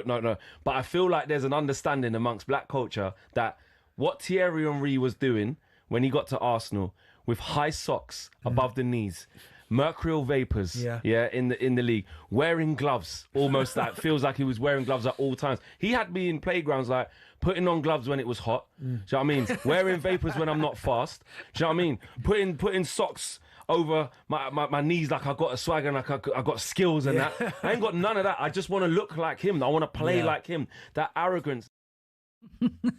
I get where he's coming from. You want to feel as though you could be like Thierry Henry, because if you look like him in terms of your attire, you might sort of feel and play a little bit like him. Not quite to that standard, maybe, but you know what I mean. Any of the influences that you could pick out for us, Lianne? Yeah, definitely. I mean, Ian Wright, obviously, growing up like in southeast London, from round my way, you know, from round Lewisham, Brockley way, like everybody wanted to be like Ian Wright. And this one might seem way out of left field, but like I used to love watching JJ Okocha when I was growing up, like, because I used to love, like, he was probably the player that you saw that was like Ronaldinho. Do you know what I mean? Like the skills, kind of those maverick type of players. And I think being a South East London girl, like Clinton Morrison's a good friend of mine, but Clinton, absolutely. And it's not me sitting here saying I'm comparing Clinton Morrison to Ian Wright, but I think the way that Clinton is and everything about him, I think we found him relatable around our local area. And Crystal Palace training grounds right by my mum and dad's house. So like Sellers Park and like those types of things. Like, so growing up and seeing players like Clinton Morrison, you know, Ian Wright, those types of players, like, I really could relate to those types of people because I felt like they were from where I'm from and they were just like me. And, you know, obviously on the women's side, Rachel Yankee was somebody that I looked up to because there wasn't a lot of, you know, people of colour, especially, there wasn't even many women to look up to, let alone people of colour that were women to look up to. So Rachel Yankee was like the first ever professional woman to turn pro at Fulham. So she was someone that I looked up to and is a good mate of mine now as well. But like Jermaine Defoe, there's so many players, Raheem Sterling. But I'm not talking about players that I grew up watching because we're mostly the same age, Raheem Sterling and players like Rashford. But like, you look at someone like Marcus Rashford, I'm not talking about his football ability since he was at Man United, he's doing well at Barcelona. But like, look at what he did for those kids. Yeah. You know, and I'm not saying that he should deserve a divine right because I have criticised him. And I will continue to if he continues to perform badly. But he's doing well at Barcelona and good luck to him. But people like Raheem Sterling and Marcus Rashford have been held to a different standard for so many years. Like when Phil Foden bought his mum a house, that was glorified. It was like, oh my God, Foden. You know, when Raheem Sterling took a flight with a low budget airline, it was like, oh, he shouldn't be taking that flight. He bought his mum a house, or Rashford did. And it was like, who do they think they are? So we're always held to a different standard. And that's the reality. And I can speak from experience with that. Do you know what I mean? Yeah. So, but there's so many, like, I think Black History Month is so important and we have to celebrate, you know, these types of players. And I don't think it was just black people that looked up to black players. I think there's a lot of people around South East London that looked up to Ian Wright. And there's a lot of people around the world that look up to Ian Wright. Well, I suppose especially someone like an Ian Wright as well, who came a bit late into the game. You know, it kind of, you look at someone like him and you kind of thought, oh, gives you a bit of hope. That actually, you know, I can actually look at it again, go back to my team, a player like Ethan Pinnock, who again came late into the game, you know, was playing non-league with Forest Green and then they got promoted, moved to Barnsley and then came to us, and his career has just got better and better now as a Jamaican international. That wouldn't have happened, you know, I don't know, 10 years ago, because it wasn't even a thing for him to be even considered as an international footballer. So, yeah, I totally get where you're coming from. If you want to hear more then that special episode, TalkSport Daily, is available on all podcast platforms now. Let's get back onto the subject, shall we, of Manchester United and how... Look, there's a big smile. As soon as I mention the team, there's a massive smile on your face. It feels so nice to come in here and us be in a good place. Because, like I said, I'm not getting carried away. I don't think we're winning the league or anything like that. But I can't even remember the last time I come into TalkSport Towers and been able to sit here and not have that angry feeling of like, do you know what I mean? Like, we're so bad. What's going wrong with the club? Because I think we all run out of answers. You know, we like Crookie, Flex, me, everyone's talking about Man United all the time, and we're trying to find what's going on. We're blaming the leaking roof. We're blaming this. We're blaming that. And it's like, no one has any answers, do they? No. As to what was going on. That no one did. Well, as you say, 3 wins in a row. It feels a little bit rosier for Manchester United right now. So let's get to the lines. Naz, a Manchester United fan, has rung up this evening. How are you doing, Naz? I'm doing very well. Hi, Naz. And Lianne, I echo a lot of what you say, but you know the old saying, one swallow doesn't make a summer, nor do 3 swallows. So I agree with you 100%. Now, I've followed this team since 1965, so you'll know my roots from when we first started associating and watching Manchester United. In fact, my first game was United losing 4-2 to West Ham, Upton Park. That's how far it goes back after the World Cup. Now, it's like I haven't been to Old Trafford for 2 years since Ten Hag took over his second season, primarily because I treat Cristiano Ronaldo like my son. And to do what they did to that individual, I cannot forgive them. So I haven't been since. But having said that, next Saturday, I'm going to the Lane. My best friend bought me a ticket for my 70th birthday to watch Tottenham Man United. That'll be the first time since I've seen them. So I'll be judging them firsthand. But Lianne, I totally agree with you. And Natalie, the subject made me phone you guys up was when you said, are they the nearest title challenges to Arsenal? I think they're the challenges to West Ham and Wolverhampton rather than Arsenal, Manchester City or Liverpool. Oh, so you think still... Relegation. More relegation than even top 4. I don't think... when you see teams like Bournemouth, Brighton, you see these so-called lesser clubs and your club as well. And, you know, your club wiped us off the park. And then what you guys did to Liverpool, City, without Haaland, you'd have beaten them as well. Well, mind you, most clubs would beat City without Haaland anyway, the way they are at the moment. Having said all that, I can see some changes, but it's not going to be this season. I'm absolutely grounded. And for me, if this guy just keeps quiet, does his work quietly, brings in Kobe Mainu into the team, I think we'll have legs in midfield, what we need. And the keeper, you both alluded to, we needed a keeper. And when Edison was leaving Manchester City, and I was sitting there, like, there's Donnarumma, there's Edison, and you got Onana, and you got Binder. And why aren't you going for these guys? Yes, their salaries are high, but at the end of it, sometimes you've got to break the bank. Naz, can I just ask you, you said you're going to the Tottenham game in a couple of weeks. Is it based upon us now winning? Like, what is it about? Because I was saying to Natalie before, my best friend is being cruel to me and my 70th birthday. Okay. Well, I hope you have a nice birthday. We haven't got a good history. But I hope it's a good birthday. Naz, appreciate your call. Thank you. He was very good. He was much. balanced, though, wasn't he? Yeah, I mean, I still don't think we're going to be fighting relegation. No. I'm not feeling that. I mean, but then again, 6-7 weeks ago, maybe we were thinking about we'd be 17th, 18th. Do you know what I mean? Like 16th, 17th, like last year when Tottenham and Man United were like flip-flopping. So, but I do think it is quite balanced. I mean, some people say, oh, you should support your team through the good, the bad and the ugly, which I understand. But at the same time, it hurts so much sometimes that you just can't. Like, I have one mate of mine that's a Man United fan. He lives in Cyprus, and he will never say a bad word about Man United, ever.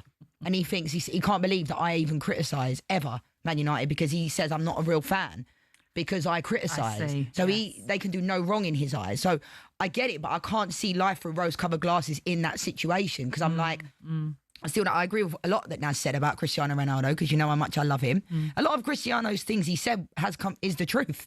And it's a shame Ruben wasn't there when Cristiano was there because it would have gone completely different, wouldn't it? Yeah. I know it's hypothetical. I know. I think you're right. Absolutely. To an extent, maybe with Sir Jim Ratcliffe and the money that he's trying to change in terms of the facilities and things like that, which is one of the things that Cristiano Ronaldo said. Like when he returned to Manchester United, the training ground was pretty much the same. Nothing really changed. So, yeah, I hear where you're coming from. But, you know, like I said, 3 wins on the bounce. It wasn't that long ago. You couldn't even string 2 wins together. Yeah, we'll Ruben take Amorim it. hadn't had back-to-back victories for Manchester United. So it must feel a little bit better to be a Manchester United fan right now, certainly. OK, up next, we are going to discuss ACL injuries in the women's game. Michelle Aguimang has become the latest casualty. So should more being done to prevent them? That's next. You're listening to Kick Off on talkSPORT with Ladbrokes. It's 18 and over, gambleaware.org.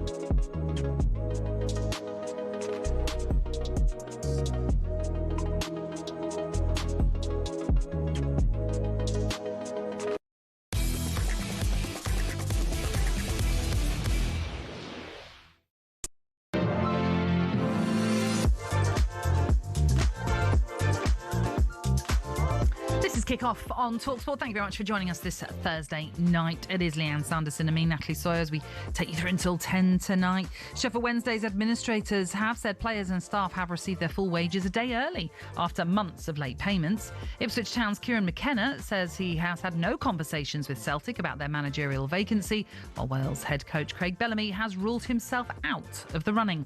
And despite England beating Australia 3-0 in midweek, England women's manager Sarina Wiegman felt her side should have added more goals to their tally. I hope that we are going to improve that because I saw a lot of good things, but we need to get even better aligned, better execution, and the final pass, final cross, and getting there. That's what we want to do better.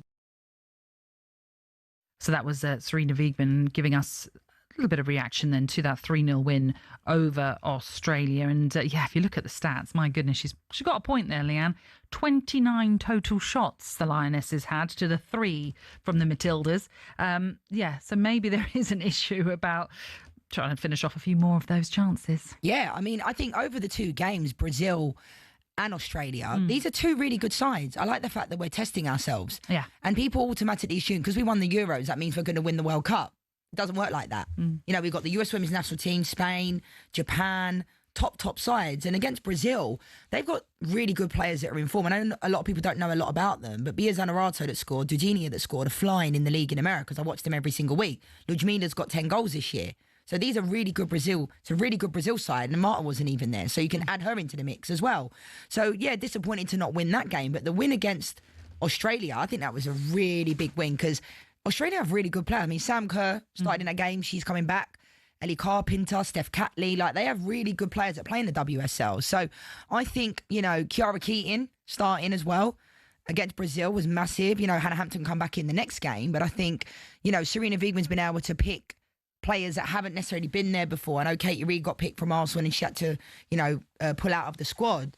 Jess Naz comes into the squad but doesn't play. So Sarina's quite stubborn in her team selection, as we know. And I always say in Sarina we trust, but I'm not panicking. You know, I think sometimes when the Lionesses lose or when they don't play really, really to the maximum, everyone kind of freaks out. You know, oh my God, we lost against Brazil. But this is a good Brazil side. And I think we learnt a lot from that. A lot of the players have spoken about the physicality. Ella Toon spoke about Brazil. We know they're the South American champions, Copa America champions, similar to Argentina, Uruguay. Like, they have this physicality. They wear their heart on their sleeve, don't they? They know how to play the dark art. So I don't like losing games, but I think, you know, we can take a lot from this opposition. And I think Australia was a real statement win. And there were a few players missing through injury for Sarina Wiegman, Leah Williamson notably, Lauren James, Lauren Hemp out as well.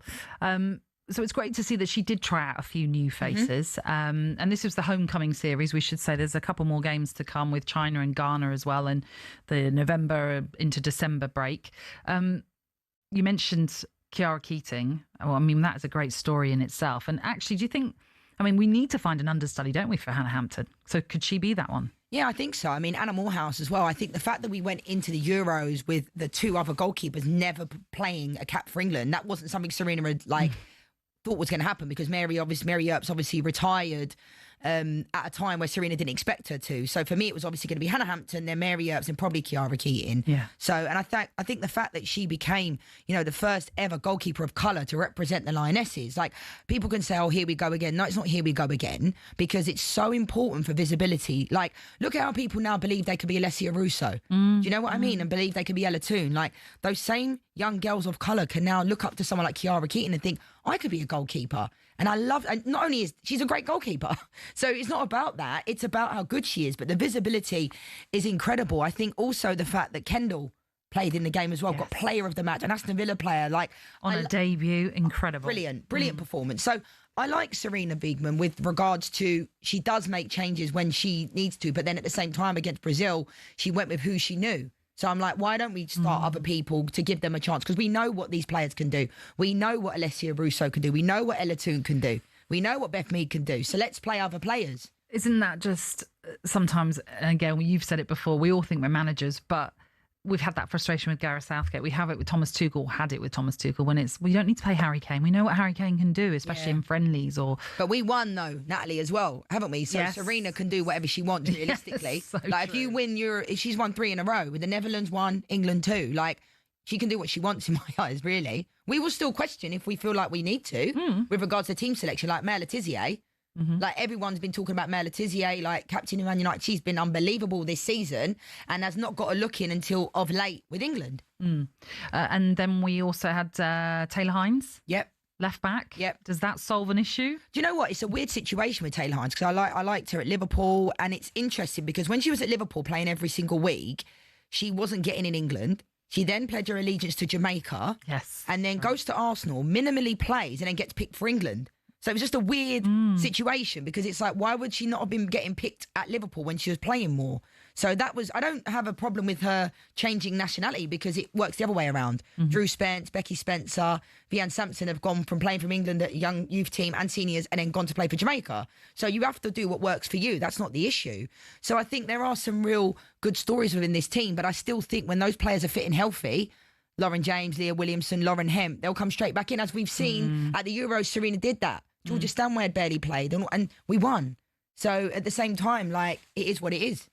Before we just move on, obviously this is all part of a new tournament cycle with Brazil 2027, the World Cup coming up. When you look at, and I know you keep saying that Serena to stick with her tried and tested, but from what you've seen of the younger talent, should we be excited? Yeah. About England's chances? I do think we should be excited. I mean, I did the under-23 game the other night at Northampton. They play Portugal, and there's a lot of really good players within that team that are coming through the system, and there's definitely a pathway there. The under-23, it's difficult because for me, if you're like 21, 22 and you've not had a sniff in the first team, there's not much. I'm not saying you're never going to make it because sometimes people are late developers, but Jess Parker's already in the senior side and she's already younger. You know, I was in the England first team when I was 17, and I'm not saying you can't play in the under-23s and then find your way up, but there's definitely that pathway there. But it is a big gap because a lot of the U23 players are at big clubs, but they're out on loan because they can't get in.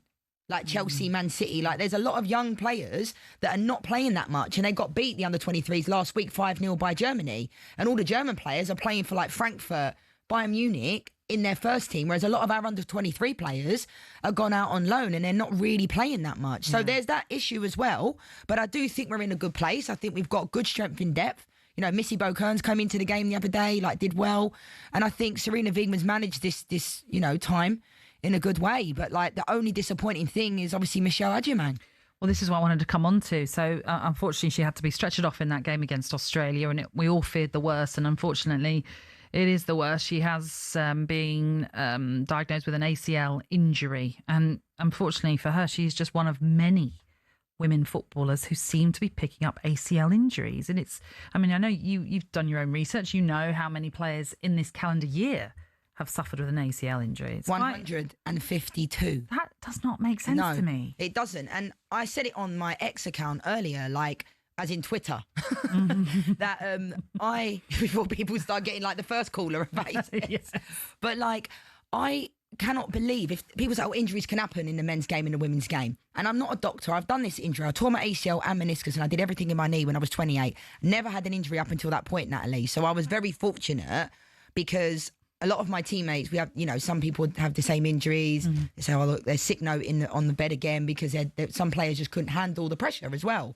That's the reality. But I think the way the women's game has gone, we've gone from 0 to 100 in the last couple of years, which is great. But these players are getting no rest. So people can talk about menstrual cycles, which is valid. People can talk about the depth and the width of our hips, 100% valid. But explain to me why when I went into the Arsenal first team, this was like this never happened where people were tearing their ACLs. There's two players. I remember Claire Wheatley, who's head of Arsenal, and Yvonne Tracy, who's a former Ireland international. They were the only two players that I remember in my team the whole time I was at Arsenal. So how long are we talking about? 12 years. Wow. Right? I'm not saying there isn't others. There probably is before, you know, people start saying, oh, there was more. But actually, what you remember. From what I remember, from being on that team, that was it. And that wasn't like an every week thing. Every single week in the women's game, there is someone tearing their ACL. And it's not okay. You know, I don't want to hear research all the time. There is great value in research. But unfortunately, something needs to be done now. Do you know what I mean? Because we're not going to see the rewards of the research for about 5 to 10 years. And I'm not saying I know all the answers, but I'm sick of people saying all these different things. We were playing on terrible pitches back in the day. We were training twice a week. We had no injuries. Explain that one to me. I wish I could. And when I was playing at other teams, we do... So now they've got this new thing where you do pre-activation before you go into a full training session. When I was at Juventus, we'd be in the gym for about an hour before, right? I personally didn't want to do that, but I had to. I also don't believe you should train the day before a game. I just don't. That was something else that got brought in as well. So I would listen to all the sports scientists because they're more qualified than I am. I don't have a master's in exercise science, but like... I would have to do the band work. You know, most people know green band, blue band, black band. Okay, great. Activating the core, activating the glutes, doing all these activations. I was shattered before I went out to training. But I was doing it because all my teammates were doing it, because I couldn't turn around and say, oh, actually, I don't want to do this. This is not beneficial to me. But I didn't think it was beneficial to me. And the day before a game, when you train, it might be a lower load. Ask any professional footballer, when that happens to 5v5 in training the day before a game, you want to kill each other. Literally, you're not going halfway, you're going fully in. So I just think there's so much that's happened in the women's game on a positive way. And like I said, I don't know all the answers, but there has to be something not right. We can talk about football boots all we want, and I know we're going to talk to Max about it. Yes. I wore David Beckham's boots growing up. I never tore my ACL meniscus. So there has to be women's boots. I'm not disputing that. But I think we're looking for all these answers when I believe the answers are the players are overtraining. They're overplaying, Natalie. So the workload. The workload. Is your biggest issue. Well, look, as you say, we will discuss this more because Max Scott has done an investigation into this, in particular on the boot side of things. He's going to join us shortly to give us his take on the whole situation. You are tuning in to Kickoff on talkSPORT with Ladbrokes. It's 18 and over. BeGambleAware.org.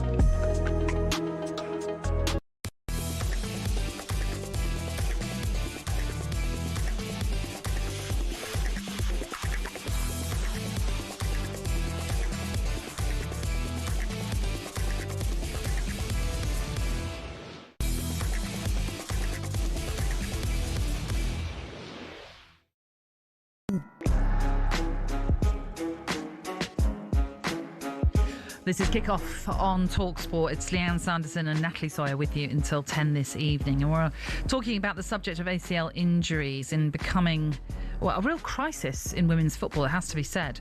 We've seen stars like Beth Mead, Alexia Patella spend months out of the game, Leah Williamson as well. The toll isn't just physical, as we can expect, it's mental as well. Experts say factors like fixture congestion, limited recovery time, and even hormonal differences could all play a part. The message is clear. If the women's game is to keep on growing, investment in proper medical support and injury prevention has to be a top priority. Now, as we've just been speaking about, Michelle Aguimon, the Lioness forward, is the latest, unfortunately, player to suffer an ACL injury, as she did so on international duty with England, having to be taken off on a stretcher in the Australia game, and we only just learnt that it is an ACL injury that she has picked up. Joining us to discuss more on this and perhaps what research has been done and what more needs to be done too, it's our very own Max Scott, who's actually done research into ACL injuries and how prevalent they are in the women's game. And I know you've actually have sort of followed the boot side of things. So just tell us a little bit about the research into women's boots, for example. Well, this was, funnily enough, this is an investigation I did back in 2024. And as is ever the case, it takes some sort of high-profile injury for this to sort of become back or return to the sort of consciousness of the media with Michelle Aguimon. But essentially what I noticed was this sort of terrible trend of ACL injuries being so much more prominent in women footballers than in men. In fact, women footballers are currently 8 times more likely to get an ACL injury than a man. I read that, couldn't believe it. And ultimately, and it speaks to your point, Lianne, about research, we don't quite know why. And let's call a spade. We don't quite know why, because whilst commercially women's football is catching up with men's football, it's not there, it's not the same, we know that, but it's catching up. There's been a lot of sort of recent, particularly in the past couple of years, investment in women's football. But in terms of research, medical research, sports science, it hasn't, and it's nowhere near it. And of course, strides are always being made because brands feel a responsibility to do that. It's my opinion that brands are much more interested in making a lot of money. And so what I did find is that, major sports manufacturers have been marketing in the past women's football boots as women's football boots, when in fact and I was given this phrase by a fantastic woman called Laura Youngson, who set up Ida Sports, which is a brand which specifically creates football boots for women. But what she said is that you just make them pink. And that's what these global sports brands have been hiding behind, is providing women with men's football boots that traditionally, provide colours. They've made them pretty. Exactly. Essentially. Yeah. Right. And there is a pattern of this over the years. And of course, sports brands have sort of slowly started catching up. But for example, Adidas, until June, after our investigation, which was picked up by Serena Wiegmann, it was picked up by all sorts of people in the game, until the summer, they hadn't made a boot exclusively for women, and since 2016 had made what they called gender-neutral boots, which, in my opinion, and the opinion of lots of people in the game, is just a male boot that's slightly thinner. And the reason, and strangely enough, I'd become somewhat of like an amateur podiatrist in this investigation. And essentially, the physiology of men and women is obviously very different. Women have much narrower heels, higher arches in their feet generally, wider toe gap, hips set wider apart. And so the way that pressure runs through their legs is very different to men. And so that... And it speaks to your point just before the break, but there does need to be a lot more research. But research costs a lot of money, because these companies need time to be able to put the research in and figure out, well, hold on. And it's not that boots definitely cause ACL injuries, but that was my angle, is could this be a reason? And so off the back of the Michelle Aguimon news, you sort of realise that this is something that is unfortunately going to take time. But load management, as you've referenced, Lianne, is also a big issue, is because we don't know. And it's similar in the men's game, right? This is an issue in football in general, with an increasingly demanding fixture schedule. Athletes play more football, And if you play more football, you're going to get injured more. And if in the previous season you played 50 games and then because of a Club World Cup and a decent FA Cup run and a decent European run, you play 80 games the next season, it is going to have an effect on you. And unfortunately, because the commercial interests of playing football are, God, they outweigh anything. What we're constantly doing in both the men and the women's game is trying to catch up. But naturally, because of the way that the world is, the women's game is behind the men's game in all of those areas in terms of research.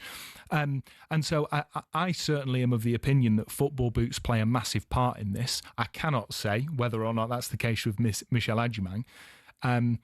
But I guess this story is reminding ourselves of the reality that there is a huge disparity in the in the equipment that women are allowed to wear. Yeah, I mean, I think because of all these injuries, we're looking for answers, right? And I love that you did this research because you did it. You went over there on your own back. You didn't. Then no one said to you, go over there, Max, and do this because you care about it. That's why I had you on my show last year to talk about it.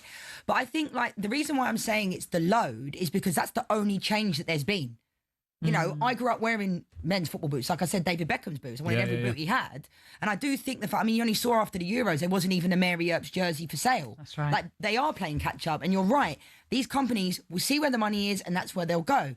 But I do think there has to be more focused on the women's boots as well. But then in correlation with other stuff. Does that make sense? Because we're all looking for answers. And you're right. I think you touched upon a really great point there, that now that this has become another high profile player, everyone's talking about it again. But is there a tendency you feel like it went away, but it never really went away because there's been 152? And even just at grassroots level, I follow a Twitter account, formerly known as X. I follow a Twitter account which tracks exclusively from grassroots level the amount of ACL injuries, and I have notifications from it. And every weekend there is a girl, a woman from grassroots levels that suffer ACL injuries. And so it's at a point now where the research, and I'm not going to say limited research, because there are, I went over to Puma, for example, and they are doing really incredible research, and they partner with universities and female athletes at universities for all sorts of purposes. So I'm not going to sort of completely criticise the industry, but it's just a sort of cold, hard fact and truth that women suffer ACL injuries far more than men, right? And so, and it's multifaceted. There's so many different aspects, and I do think that load management is massive. And because the schedule is increased, again, I don't want to be sued, but because the load management is so much more nowadays, I think that you have to look at that and you have to explore that. And I know, and I totally get, Lianne, like your passion listening to you speak about it, but there has to be research. Yeah, but can I ask you a thing though, Max? Right, so when do we think this research will come into fruition? Because I'm thinking 5 to 10 years. Like, when are we going to start seeing? Because I agree with you. I had to go around to every club. They're measuring the boot. They're measuring the foot. They're doing good stuff.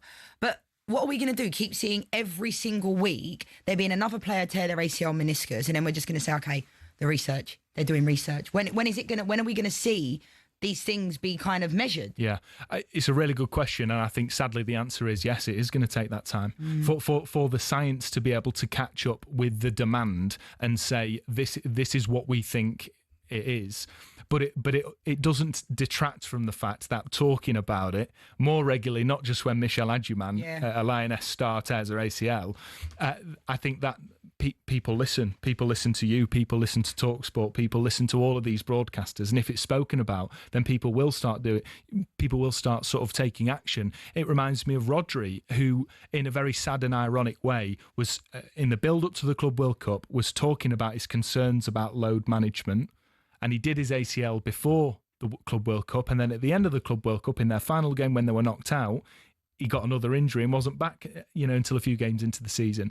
And so there is a growing concern, and I know this from speaking to players about the amount of football that they're playing, but they're all tied up in commercial contracts. They're all professional football's part of clubs that have to play in certain competitions. And so I do think it does take journalists, presenters, pundits, ex-pros to talk about it, to make it an issue. Because I personally think, sorry, I know I keep going on, but I think that it detracts from the product. Because if your players are knackered or injured and can't play, less people are going to watch it. Less people are going to be the best interested. playing, yeah, absolutely. Should say, back in 2020, the Football Association launched an audit and formed an advisory group to study why anterior cruciate ligament injuries are more prevalent in female footballers. They did say it would be carefully assessed over time.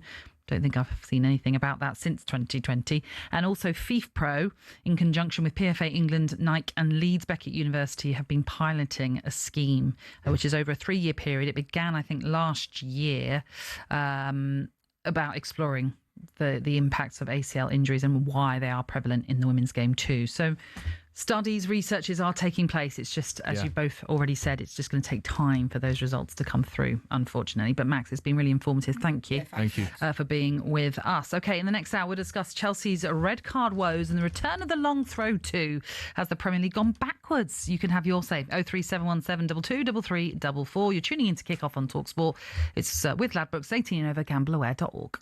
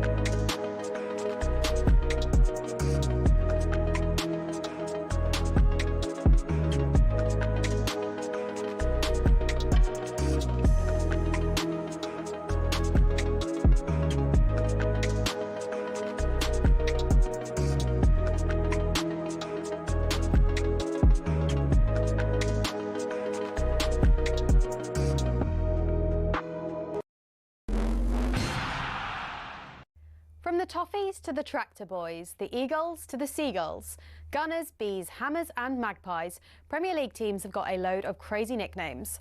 Ever wondered where they came from?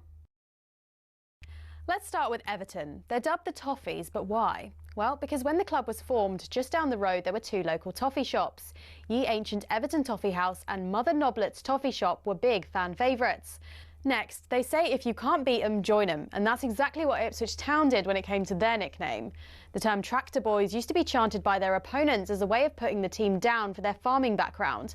But during one game back in the late 90s, Ipswich were 1-0 up and they decided to flip the script. 1-0 to the Tractor Boys, they sang, and a new nickname was born. Let's head to Leicester, famous for more than just a red, well, orangey cheese and Jamie Vardy. Leicestershire is also the birthplace of fox hunting, hence the Foxes. Next up, turns out apples are not the only fruit that don't fall far from the tree. Bournemouth's nickname, the Cherries, comes from the fact the club's stadium was originally built right next to a bunch of cherry orchards. This next story actually involves two club nicknames. It started with Crystal Palace. They were having an absolute nightmare run back in the early 70s. They'd been relegated after a terrible spell, and manager Malcolm Allison decided enough was enough. He wanted a new nickname, something strong, fast and destined for success. Something exactly like an eagle. But there's more to this one. Brighton were in search of a nickname too, and Palace finally gave them what they needed. In a heated match between the two back in 1976, Palace fans began chanting, "Eagles, Eagles," and some clever Brighton fans came up with the perfect reply, "Seagulls, Seagulls." Not all club nicknames have a crazy story though. Take the Gunners. That just comes from the fact a group of munitions workers in the Royal Arsenal factory in Woolwich set up the club in 1886. On the flip side, some nicknames seem simple, but there's a bit more to them, like West Ham. The Hammers is actually nothing to do with the ham part of the name. It comes from the fact the club used to be called Thames Ironworks FC and was made up of workmen and shipbuilders. So next time the away end's chanting their crazy nickname, you'll now know exactly where it came from.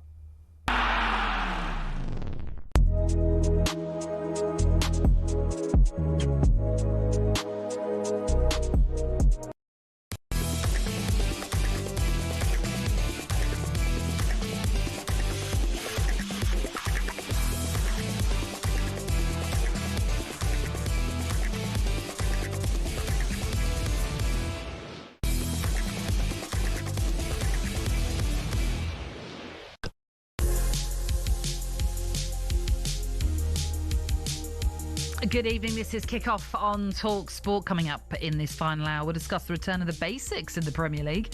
Have the reliance on things like long throws devalued the product? We'll also talk Chelsea. Do they have a discipline problem after yet another red card in their Carabao Cup win over Wolves? And we'll also be marking Halloween tomorrow with a scary new feature. Plus, we'll take your calls if you want to ring up and have a little chat with us. 03717 223344. That's the number to call us on to have a little chat with me, Natalie Sawyer, and Lianne Sanderson on Kickoff on talkSPORT.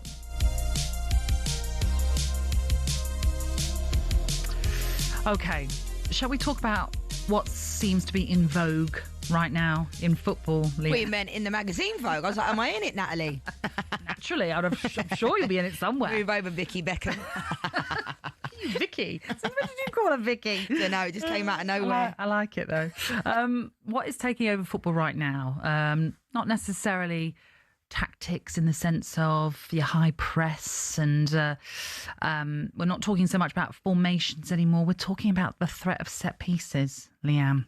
There's been a story circulating on social media about how teams are turning dead ball situations into a science. Arsenal, Brentford, they have had dedicated set-piece coaches. Liverpool too have had one, I think, in the past.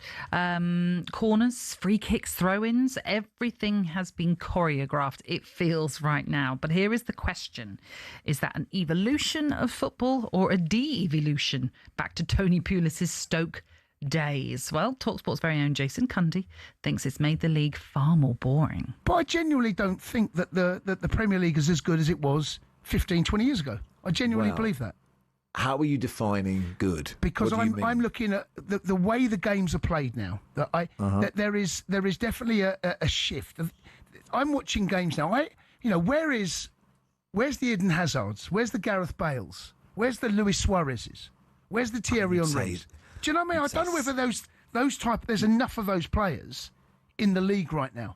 And there might be, but the way the game is played, building from the back, the slow, laborious play, and now we're going to circumnavigate that. That's why I think we're seeing balls being a bit more direct. That's why set plays are coming, because teams are sitting deeper. And I think Pep's probably maybe got a little bit of to blame for this, because teams try to defend against teams like City. My club, Chelsea, right? We struggle when teams sit deep, 5-4-1.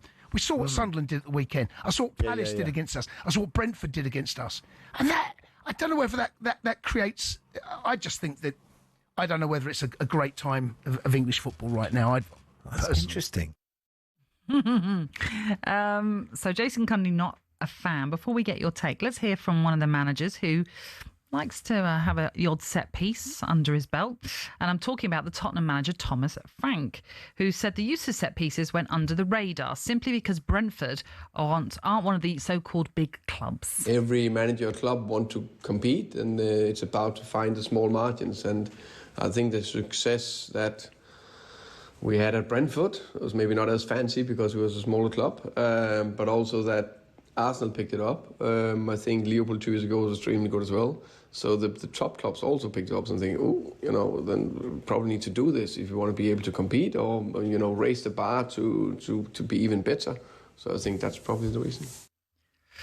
Okay, so Lianne, let's ask where you stand in this conversation. Are you happy with the way football is going right now? Or are you a bit like Jason saying maybe it's not as exciting? But I don't think it is as exciting as 10, 15 years ago. I agree with Jason on that one, but I think agreeing with Thomas Frank as well, like you have to find the small margins. And I think for people that played back in the day, it seems alien to have a set piece coach because you're like, well, what more coaches do you need? These sometimes they've even got buses now for the staff and for the players. There's more staff on most buses. There's 2 now. You see the Ellison's team buses and there's staff on them.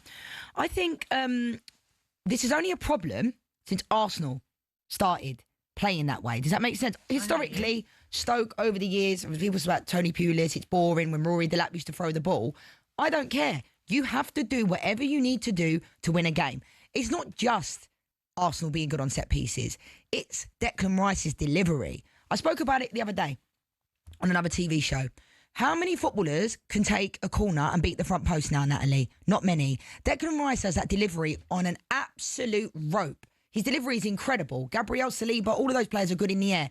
So who cares? Football changed when certain teams started, every team in the league started trying to play like Pep Guardiola at Barcelona, not just at City, playing out from the back. Manchester United, 3-4 years ago, were playing out from the back, giving the ball to Harry Maguire. How many goals we get conceded? Everybody could see, stop playing out from the back. If you don't have the players to do it, there's no Maldini, they're not Roberto Carlos.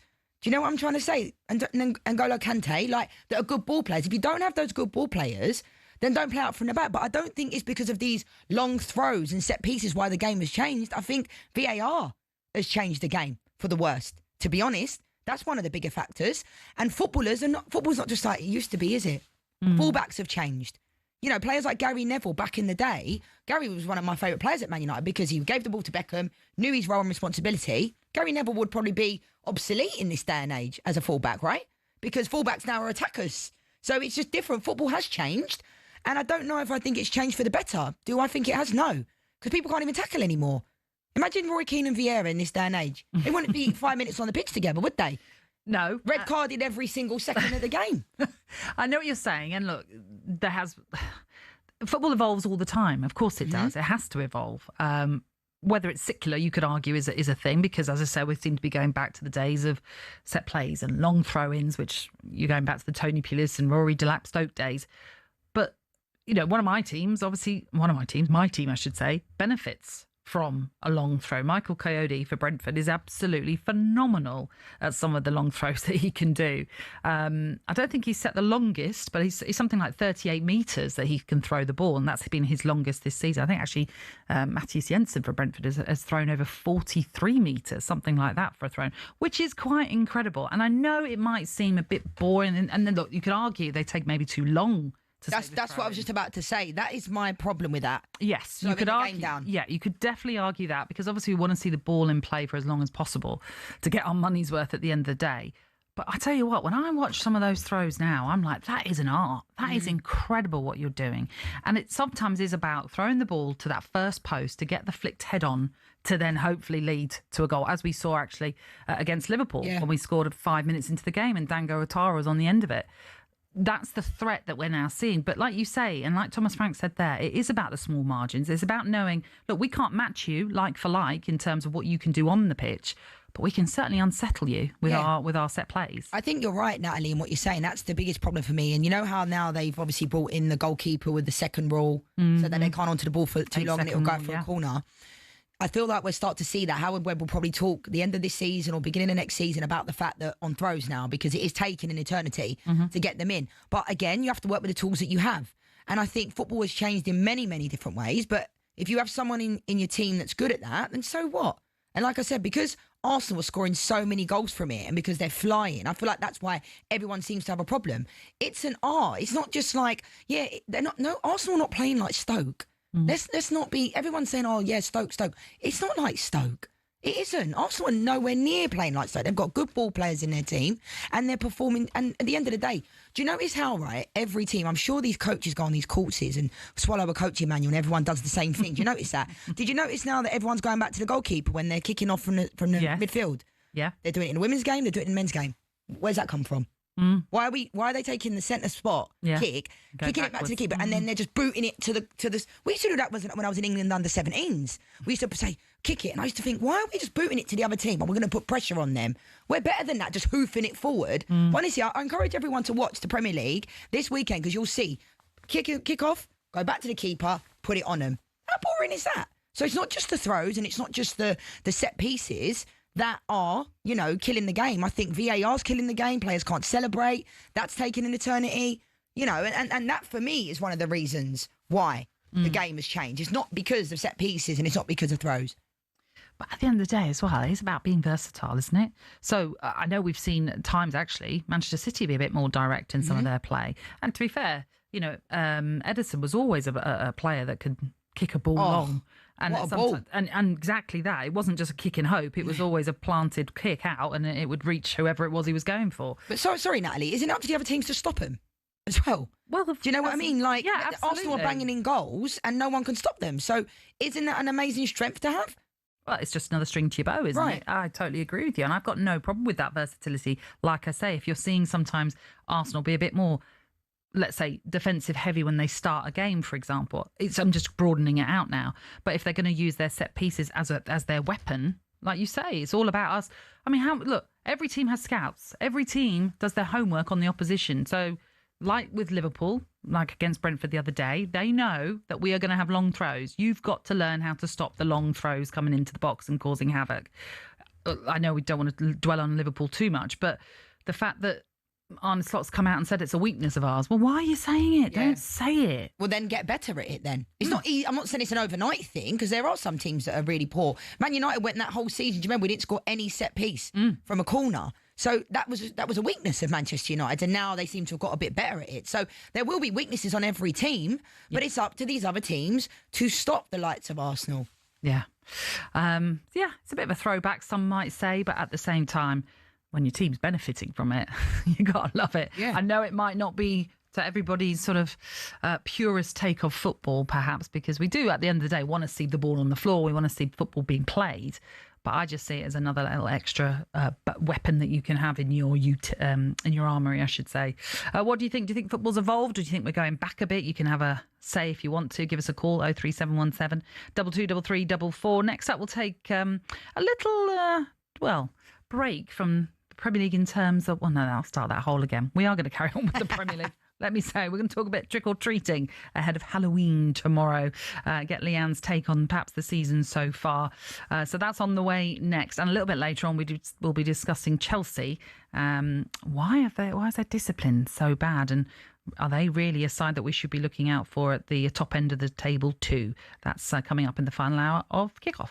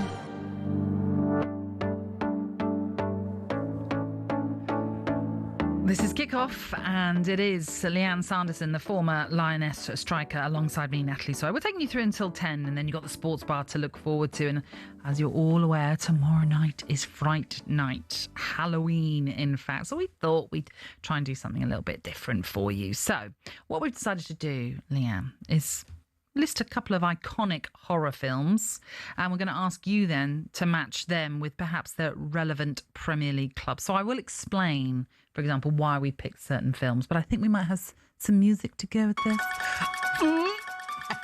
Oh, that's horrible. Right, okay. It's not quite relevant to this film, but as we know, The Shining, Jack Nicholson, my goodness, how frightening is he in that?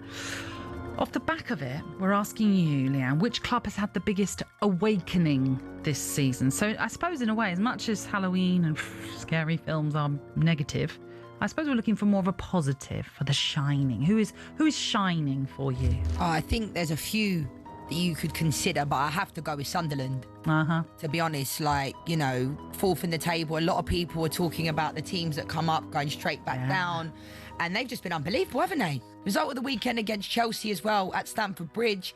So I'll have to go with Sunderland, I think, for that one. What a story. Unbelievable. Absolutely amazing, considering, even last season, the way they came up and winning the playoff final like they did with such a young team.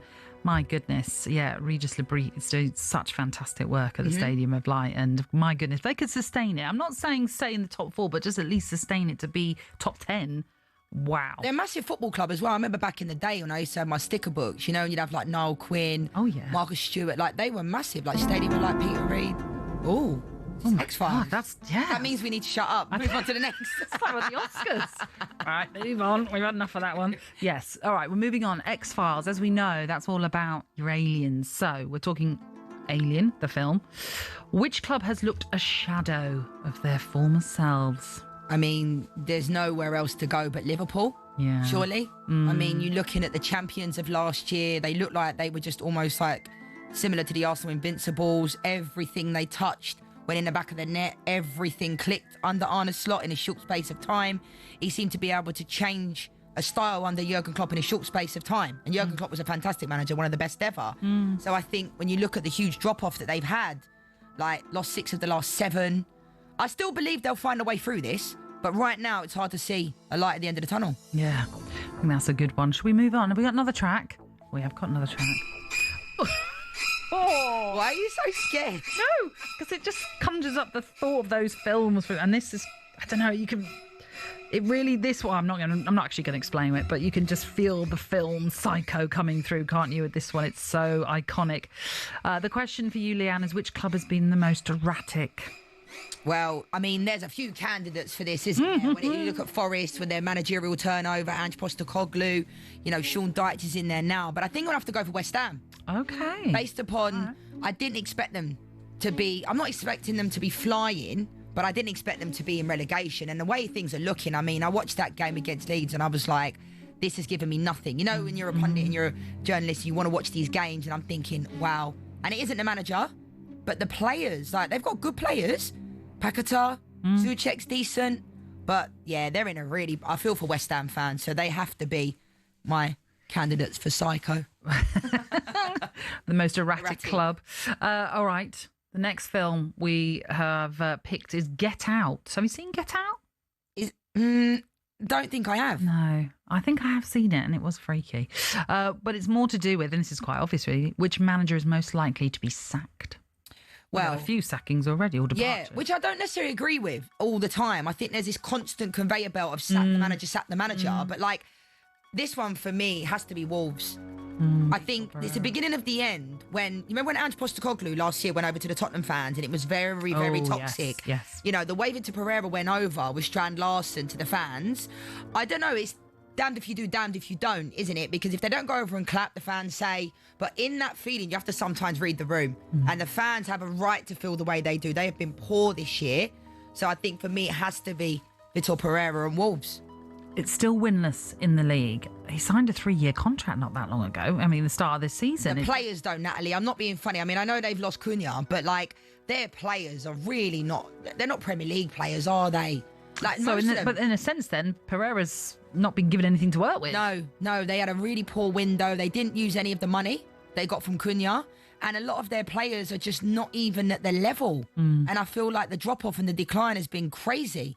Yeah. Last film is The Omen, which came out in 1976. So, which club looks the most ominous? That Omen's scary movie. I don't like scary movies. No, I don't I have either. like nightmares about them, but I'm I think not a big fan.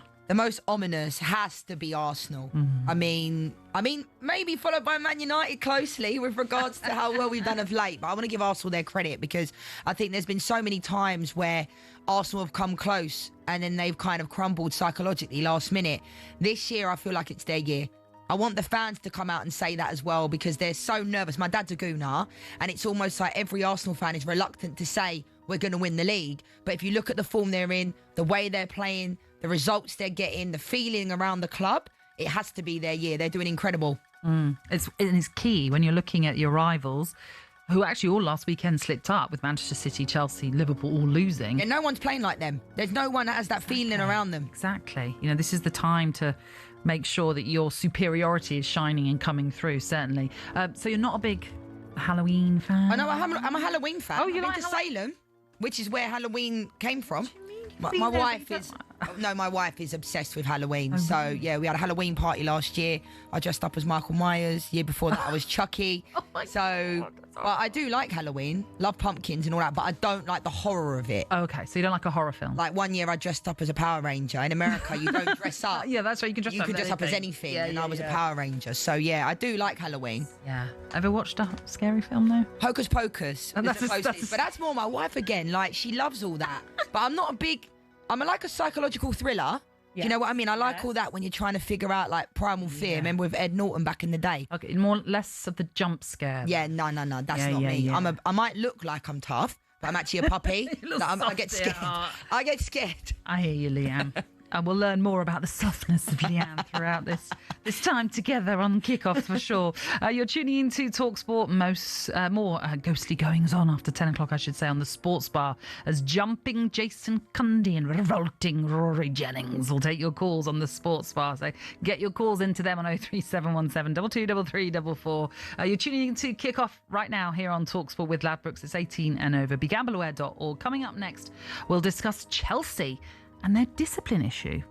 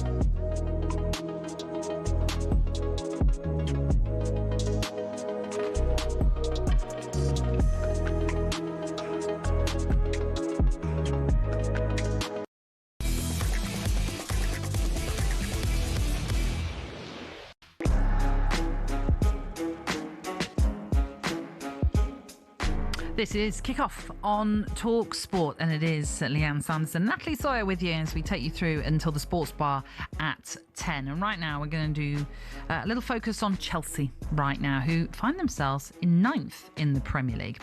They suffered their 6th red card in 9 games as returning striker Liam Delap saw red in their 4-3 win over Wolves in the League Cup. 5 wins from their last 6 for Enzo Maresca's side in all competitions, although their last defeat was to Sunderland last week, and that was a bit of an eyebrow raiser, certainly. So the question really is where are they at right now, and do they have a discipline problem, and how does Enzo Maresca correct it? Lianne, I know you're quite passionate about Chelsea and how you feel maybe they're getting away with not much criticism this season. I think in general, though, I don't think anyone really focuses on them. And I think, you know, there's a lot of teams that would love the checkbook that Chelsea have had. We talk about Man United a lot, making really poor decisions. But when I watch this Chelsea side, there's a lot of inconsistency. Now, they've won 5 of the last 6, so it doesn't sound like they're not on an awful run. That's not what I'm saying. But I look at this team. I like Caicedo. Enzo Fernandez, I think, is a good player. I love Reece James. But again, Sanchez in goal, not a great goalkeeper. And I look at this Chelsea side and the amount of money that they've spent. They're in 9th in the Premier League. And I feel like, yeah, they're world champions, you know, FIFA Club World Cup. They are still world champions. That's the reality, whether people like it or not. But, like, the players like Garnacho, João Pedro, like, decent players. But you look at Chelsea as a football club, like, historically, the quality players they've had over the years. And I also believe that when Enzo Maresca went there, his style of play, like, I was on a show the other day and someone phoned in and said, like, you know, he's almost like learning on the job. Do you know what I mean? He's managed Leicester. His style at Leicester was exactly what he's doing here. Then he puts Esteval on the bench. And I liked Esteval at the FIFA Club World Cup with Palmeiras. I thought he was excellent and he's got a bit about him. But I look at this team selection and I think, where's the identity of this team? Do you know what I mean? They've got good players, but not great in my opinion. I like Cucurella. I know he's a little bit annoying to some people, a bit like Bruno Fernandes. But, like, I don't see the greatness in this team. And the amount of money they spent. You look at Bournemouth, Brentford, Brighton. They'd love to have that type of money to spend. And I just don't think people talk about, it's always like, oh yeah, transition year. At what point are they going to start questioning what is going on here? Because 9th is not good enough. Well, let's get more on Chelsea now as we speak to Chelsea writer for The Athletic, Simon Johnson, who joins us. Evening, Simon, how are you? Very well, Natalie. Evening, Lianne. Evening. I suppose, Simon, we should ask you and what you think about Chelsea right now and the fact that, as Lianne is saying there, you know, should we be asking more questions of Enzo Maresca? Well, I think there's a section of the fan base that has been asking the very questions that Lianne was posing just then. Not just now, but sort of ever since the new owners took over the club, because it's been sort of very much a build for the future kind of mentality, which is completely opposite to the Roman Abramovich era, where it was all about buying finished articles. Now it's about buying potential. And of course, when does this potential get realised? Now, there has been an upward curve under them because they finished 12th in the first season, the shocking first season, 6th the following season under Pochettino, 4th last season under Maresca, and of course the Conference League and the Club World Cup. So there are signs that the project, in inverted commas, is working. But then you get to this season now, of course, there have been injury problems, and Cole Palmer specifically the number one. But you're right to sort of flag that the consistency just isn't there. I mean, those that sort of see me in the press box every single game ask me for my prediction, and I basically said I don't know because I don't know what Chelsea's going to turn up. And pretty much the sort of real emphasis of this is that in the space of 2 home games, you saw them pull out their best performance of the season against Liverpool earlier this month, and then the following home game, probably their worst performance of the season against Sunderland. So this is what you get with youth. Chelsea do have the youngest squad in the league. But as Lianne says, it's a lot of money for sort of still not being ready to challenge properly for the title. And that will inevitably sort of frustrate a fan base that got used to sort of challenging for the title every single season. Yeah, and as someone that goes to all the games and is at the games, I do think it's different when you're there live to when you watch it on television, because you could see everything. Yeah. It's an entirety. But I just think, like, I look at this Chelsea side, they're inconsistent. But, like, what is the identity? of this team. You know, when you look at an Arsenal, you look at a City, even Man United, like, you might not like some styles of a team, but I look at this Chelsea side and I think, you know, over the years, Frank Lampard, John Terry, those types of players, they have that grit, that determination. Whereas I just look at this team and I think, where is the leadership? Yeah, I mean, they've shown signs at times, but again, Lianne, it's not every single game. I mean, I thought they may have turned the corner the back end of last season where they went on a great run to finish in the Champions League positions, and then not so much the Conference League, but winning the Club World Cup. I thought not so much the trophy, but the manner in which they beat PSG in the final. You really thought something was building, but then it's flattening to deceive just a little bit. You sort of think this season, right? What are the sort of goals for this season? Now I've been told it's kind of, there is a realisation that they're not ready to win a league yet. So they want to sort of finish closer to the top and challenge for longer. And they want to do well in the other 3 cup competitions they're in. Now, it does seem like, well, when is a good time for Chelsea to actually challenge the title? They do seem a fair bit off like an Arsenal who are sort of now several years further down the line in terms of their project under Arteta, and that's the one thing that you can sort of say the difference between the two sides is that they've been playing under Arteta for a long time. And Maresca, I think you made a good point there, Lianne, about sort of Maresca learning on the job a little bit, is that he's a bit like the players in that he's very young in terms of his managerial experience. I mean, yes, he was alongside Pep Guardiola as his assistant when they won the treble, but as a coach, this is only his second full season at Chelsea. He only had one season before that at Leicester and 14 games at Parma. This is not the CV of, when you think of Chelsea managers of old, it was Jose Mourinho, Carlo Ancelotti, Antonio Conte, Thomas Tuchel. There are things that I like about Maresca, but there's certainly times where you look at him and go, yeah, you're still sort of figuring things out a little bit. And certainly defensively, losing Levi Colwill for the season was a massive miss, and they're also missing a kind of a Thiago Silva type figure at the back there to sort of just sort of ride out the storm. I mean, I was there at Molineux last night. I mean, Chelsea were 3-0 up at half time, and they managed to make a game of it. I mean, fair play to Wolves for the manner in which they fought back, but you just sort of think Chelsea of old would not have let themselves get into that situation in the first place.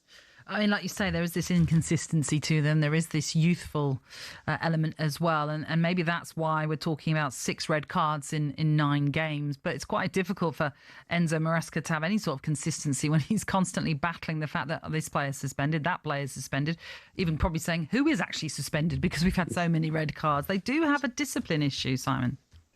Yeah, and last night was the first time he sort of really let his anger show. We've been, you can trust us, we've been asking this question on a regular basis because there's been that many red cards. Unfortunately, he was one of the red cards. Yes, exactly. So there was a bit of a practice for what you preach, Enzo, although, you know, in fairness, the second yellow was for celebrating a late winner, which, you know, is understandable in circumstances. But yeah, I wrote a piece about this recently because he sort of kept maintaining, oh, it's not a problem, it's not a problem.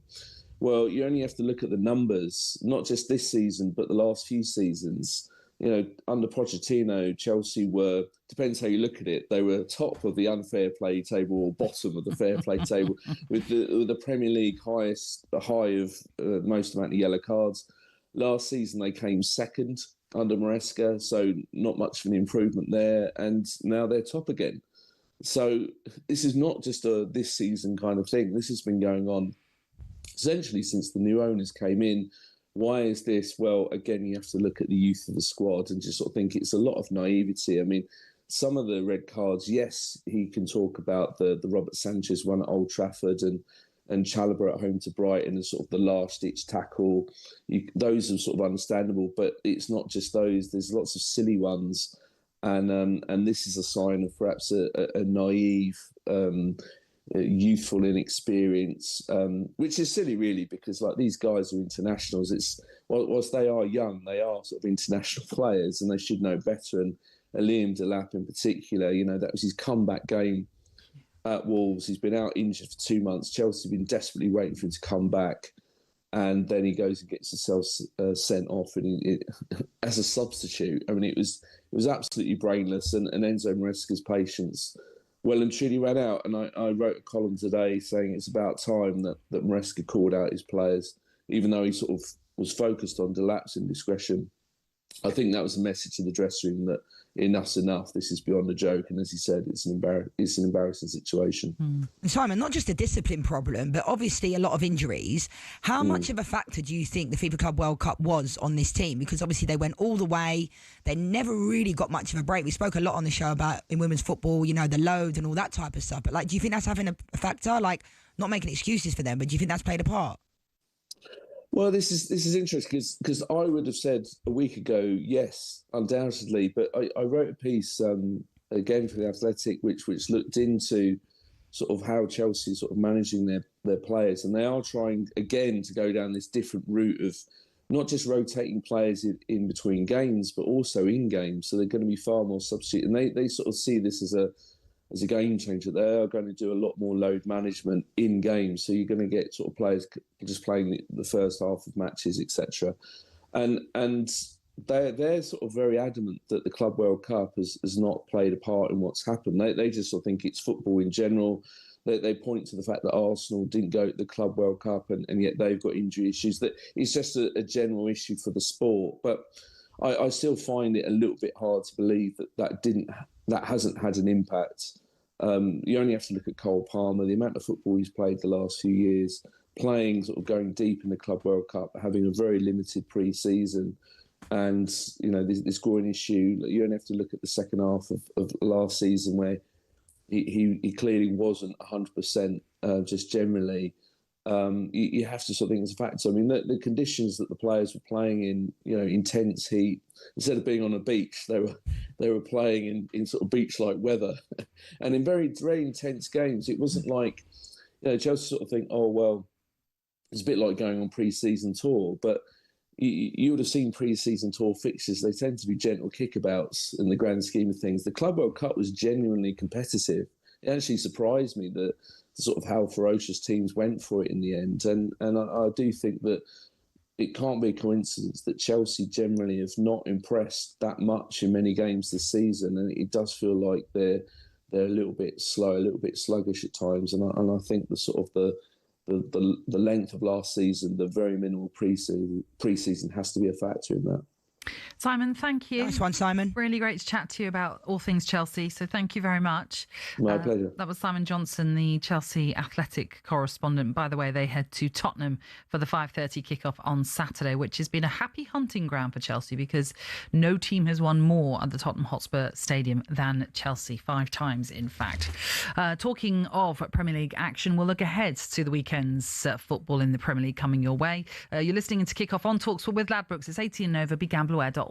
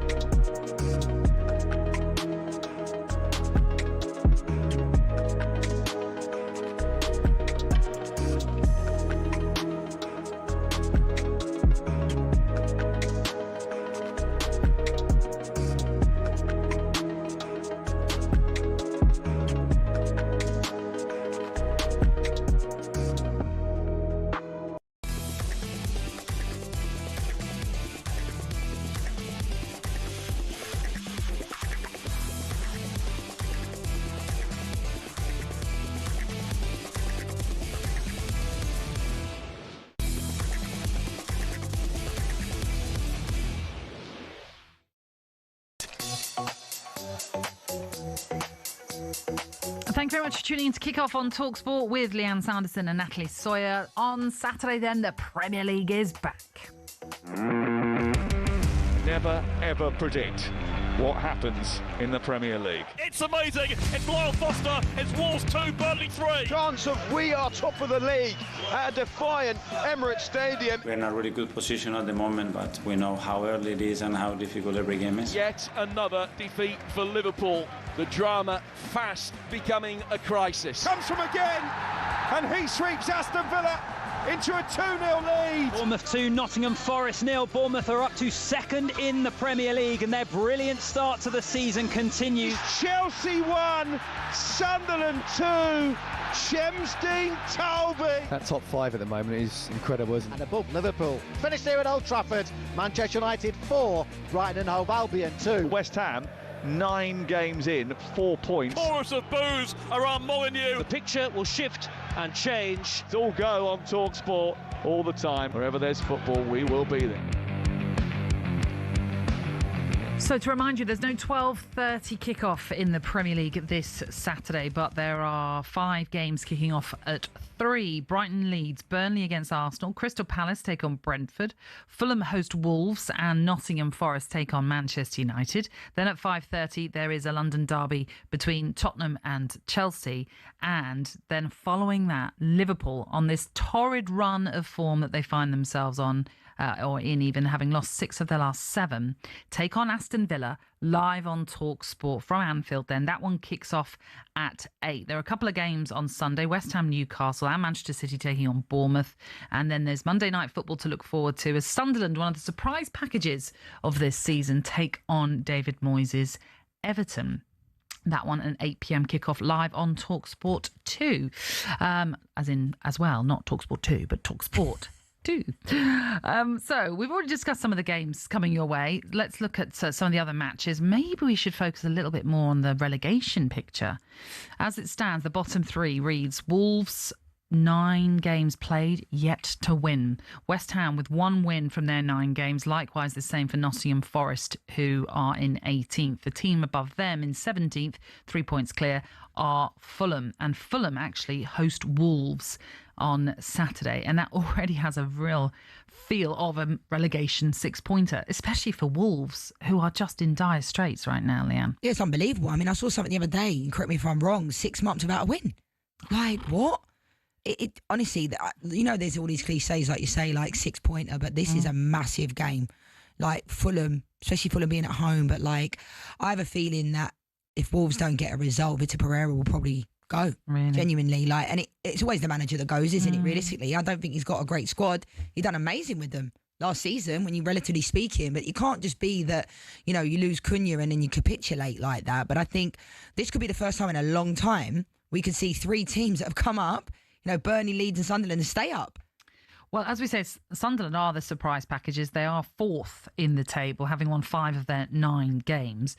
Burnley and Leeds are 16th and 15th, respectively. But you're right. But with regards to form, do you know what I mean? No, like Burnley, I totally.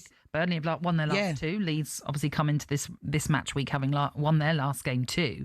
But you're right to point out the fact that not one of those promoted sides are in the bottom 3, which is quite incredible because we've become so used to that. And that's not to say that they won't be. You know, we still got a long way to go. But I think when you look at the way that West Ham are playing, the way Wolves are playing, Forest now under Sean Dyche might get a different tune out of them, but they have to turn it around. And as you see, you know, there's a minimal point separating, you know, 18th to 17th is 3 points. So, you know, with regards to that, these teams are not in and around it. Like the ones that are in and around it, not guaranteed to go down.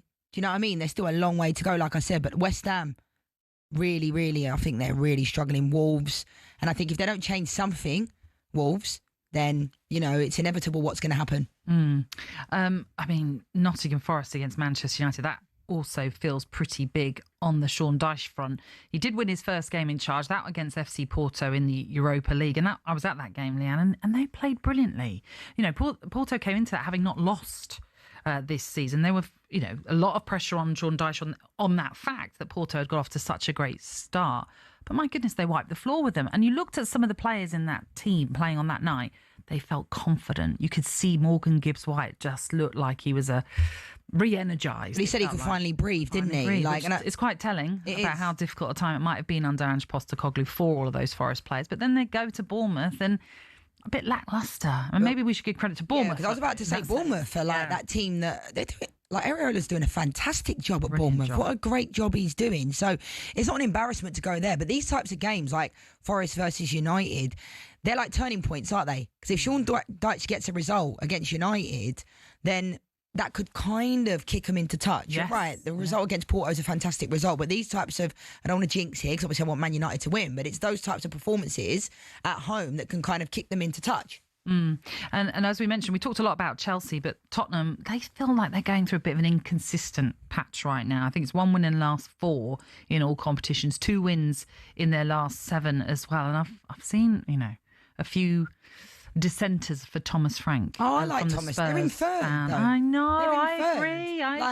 I like Thomas Frank a lot. And I remember he was linked to Man United, right, before Ruben got there. And everyone was saying, we need someone of a higher profile. Thomas Frank done an amazing job at Brentford. And I think the way Spurs are playing at the moment, I think they can be happy with how things are going. In third in the Premier League. Yeah. And you can see what Thomas Frank is trying to do. Van der Ven has been unbelievable. Vicario, and Danso is not getting enough credit with Romero being out. I think Tottenham are doing all right. They've had some not so great results and it's been inconsistent, but at the same time, they're in third. Yeah. And I love Thomas Frank. I don't think he gets enough credit. Well, I'm with you, but you know that already. Right, that's it. We've run out of time. There's a lot more we could have talked about with those games coming up this weekend. But as it is, we have bundles of live football for you this weekend. talkSPORT 2 brings you 3 championship commentaries this weekend. Wrexham versus Coventry, that's tomorrow night, followed by Leicester Blackburn at 12:30 on Saturday, ahead of Watford against Middlesbrough, which kicks off at 3. Game Day Live is on Saturday from 2:30, taking you around the grounds, keeping you up to date with everything that happens from the Premier League, EFL, FA Cup and beyond as well, with the first round in full swing this weekend.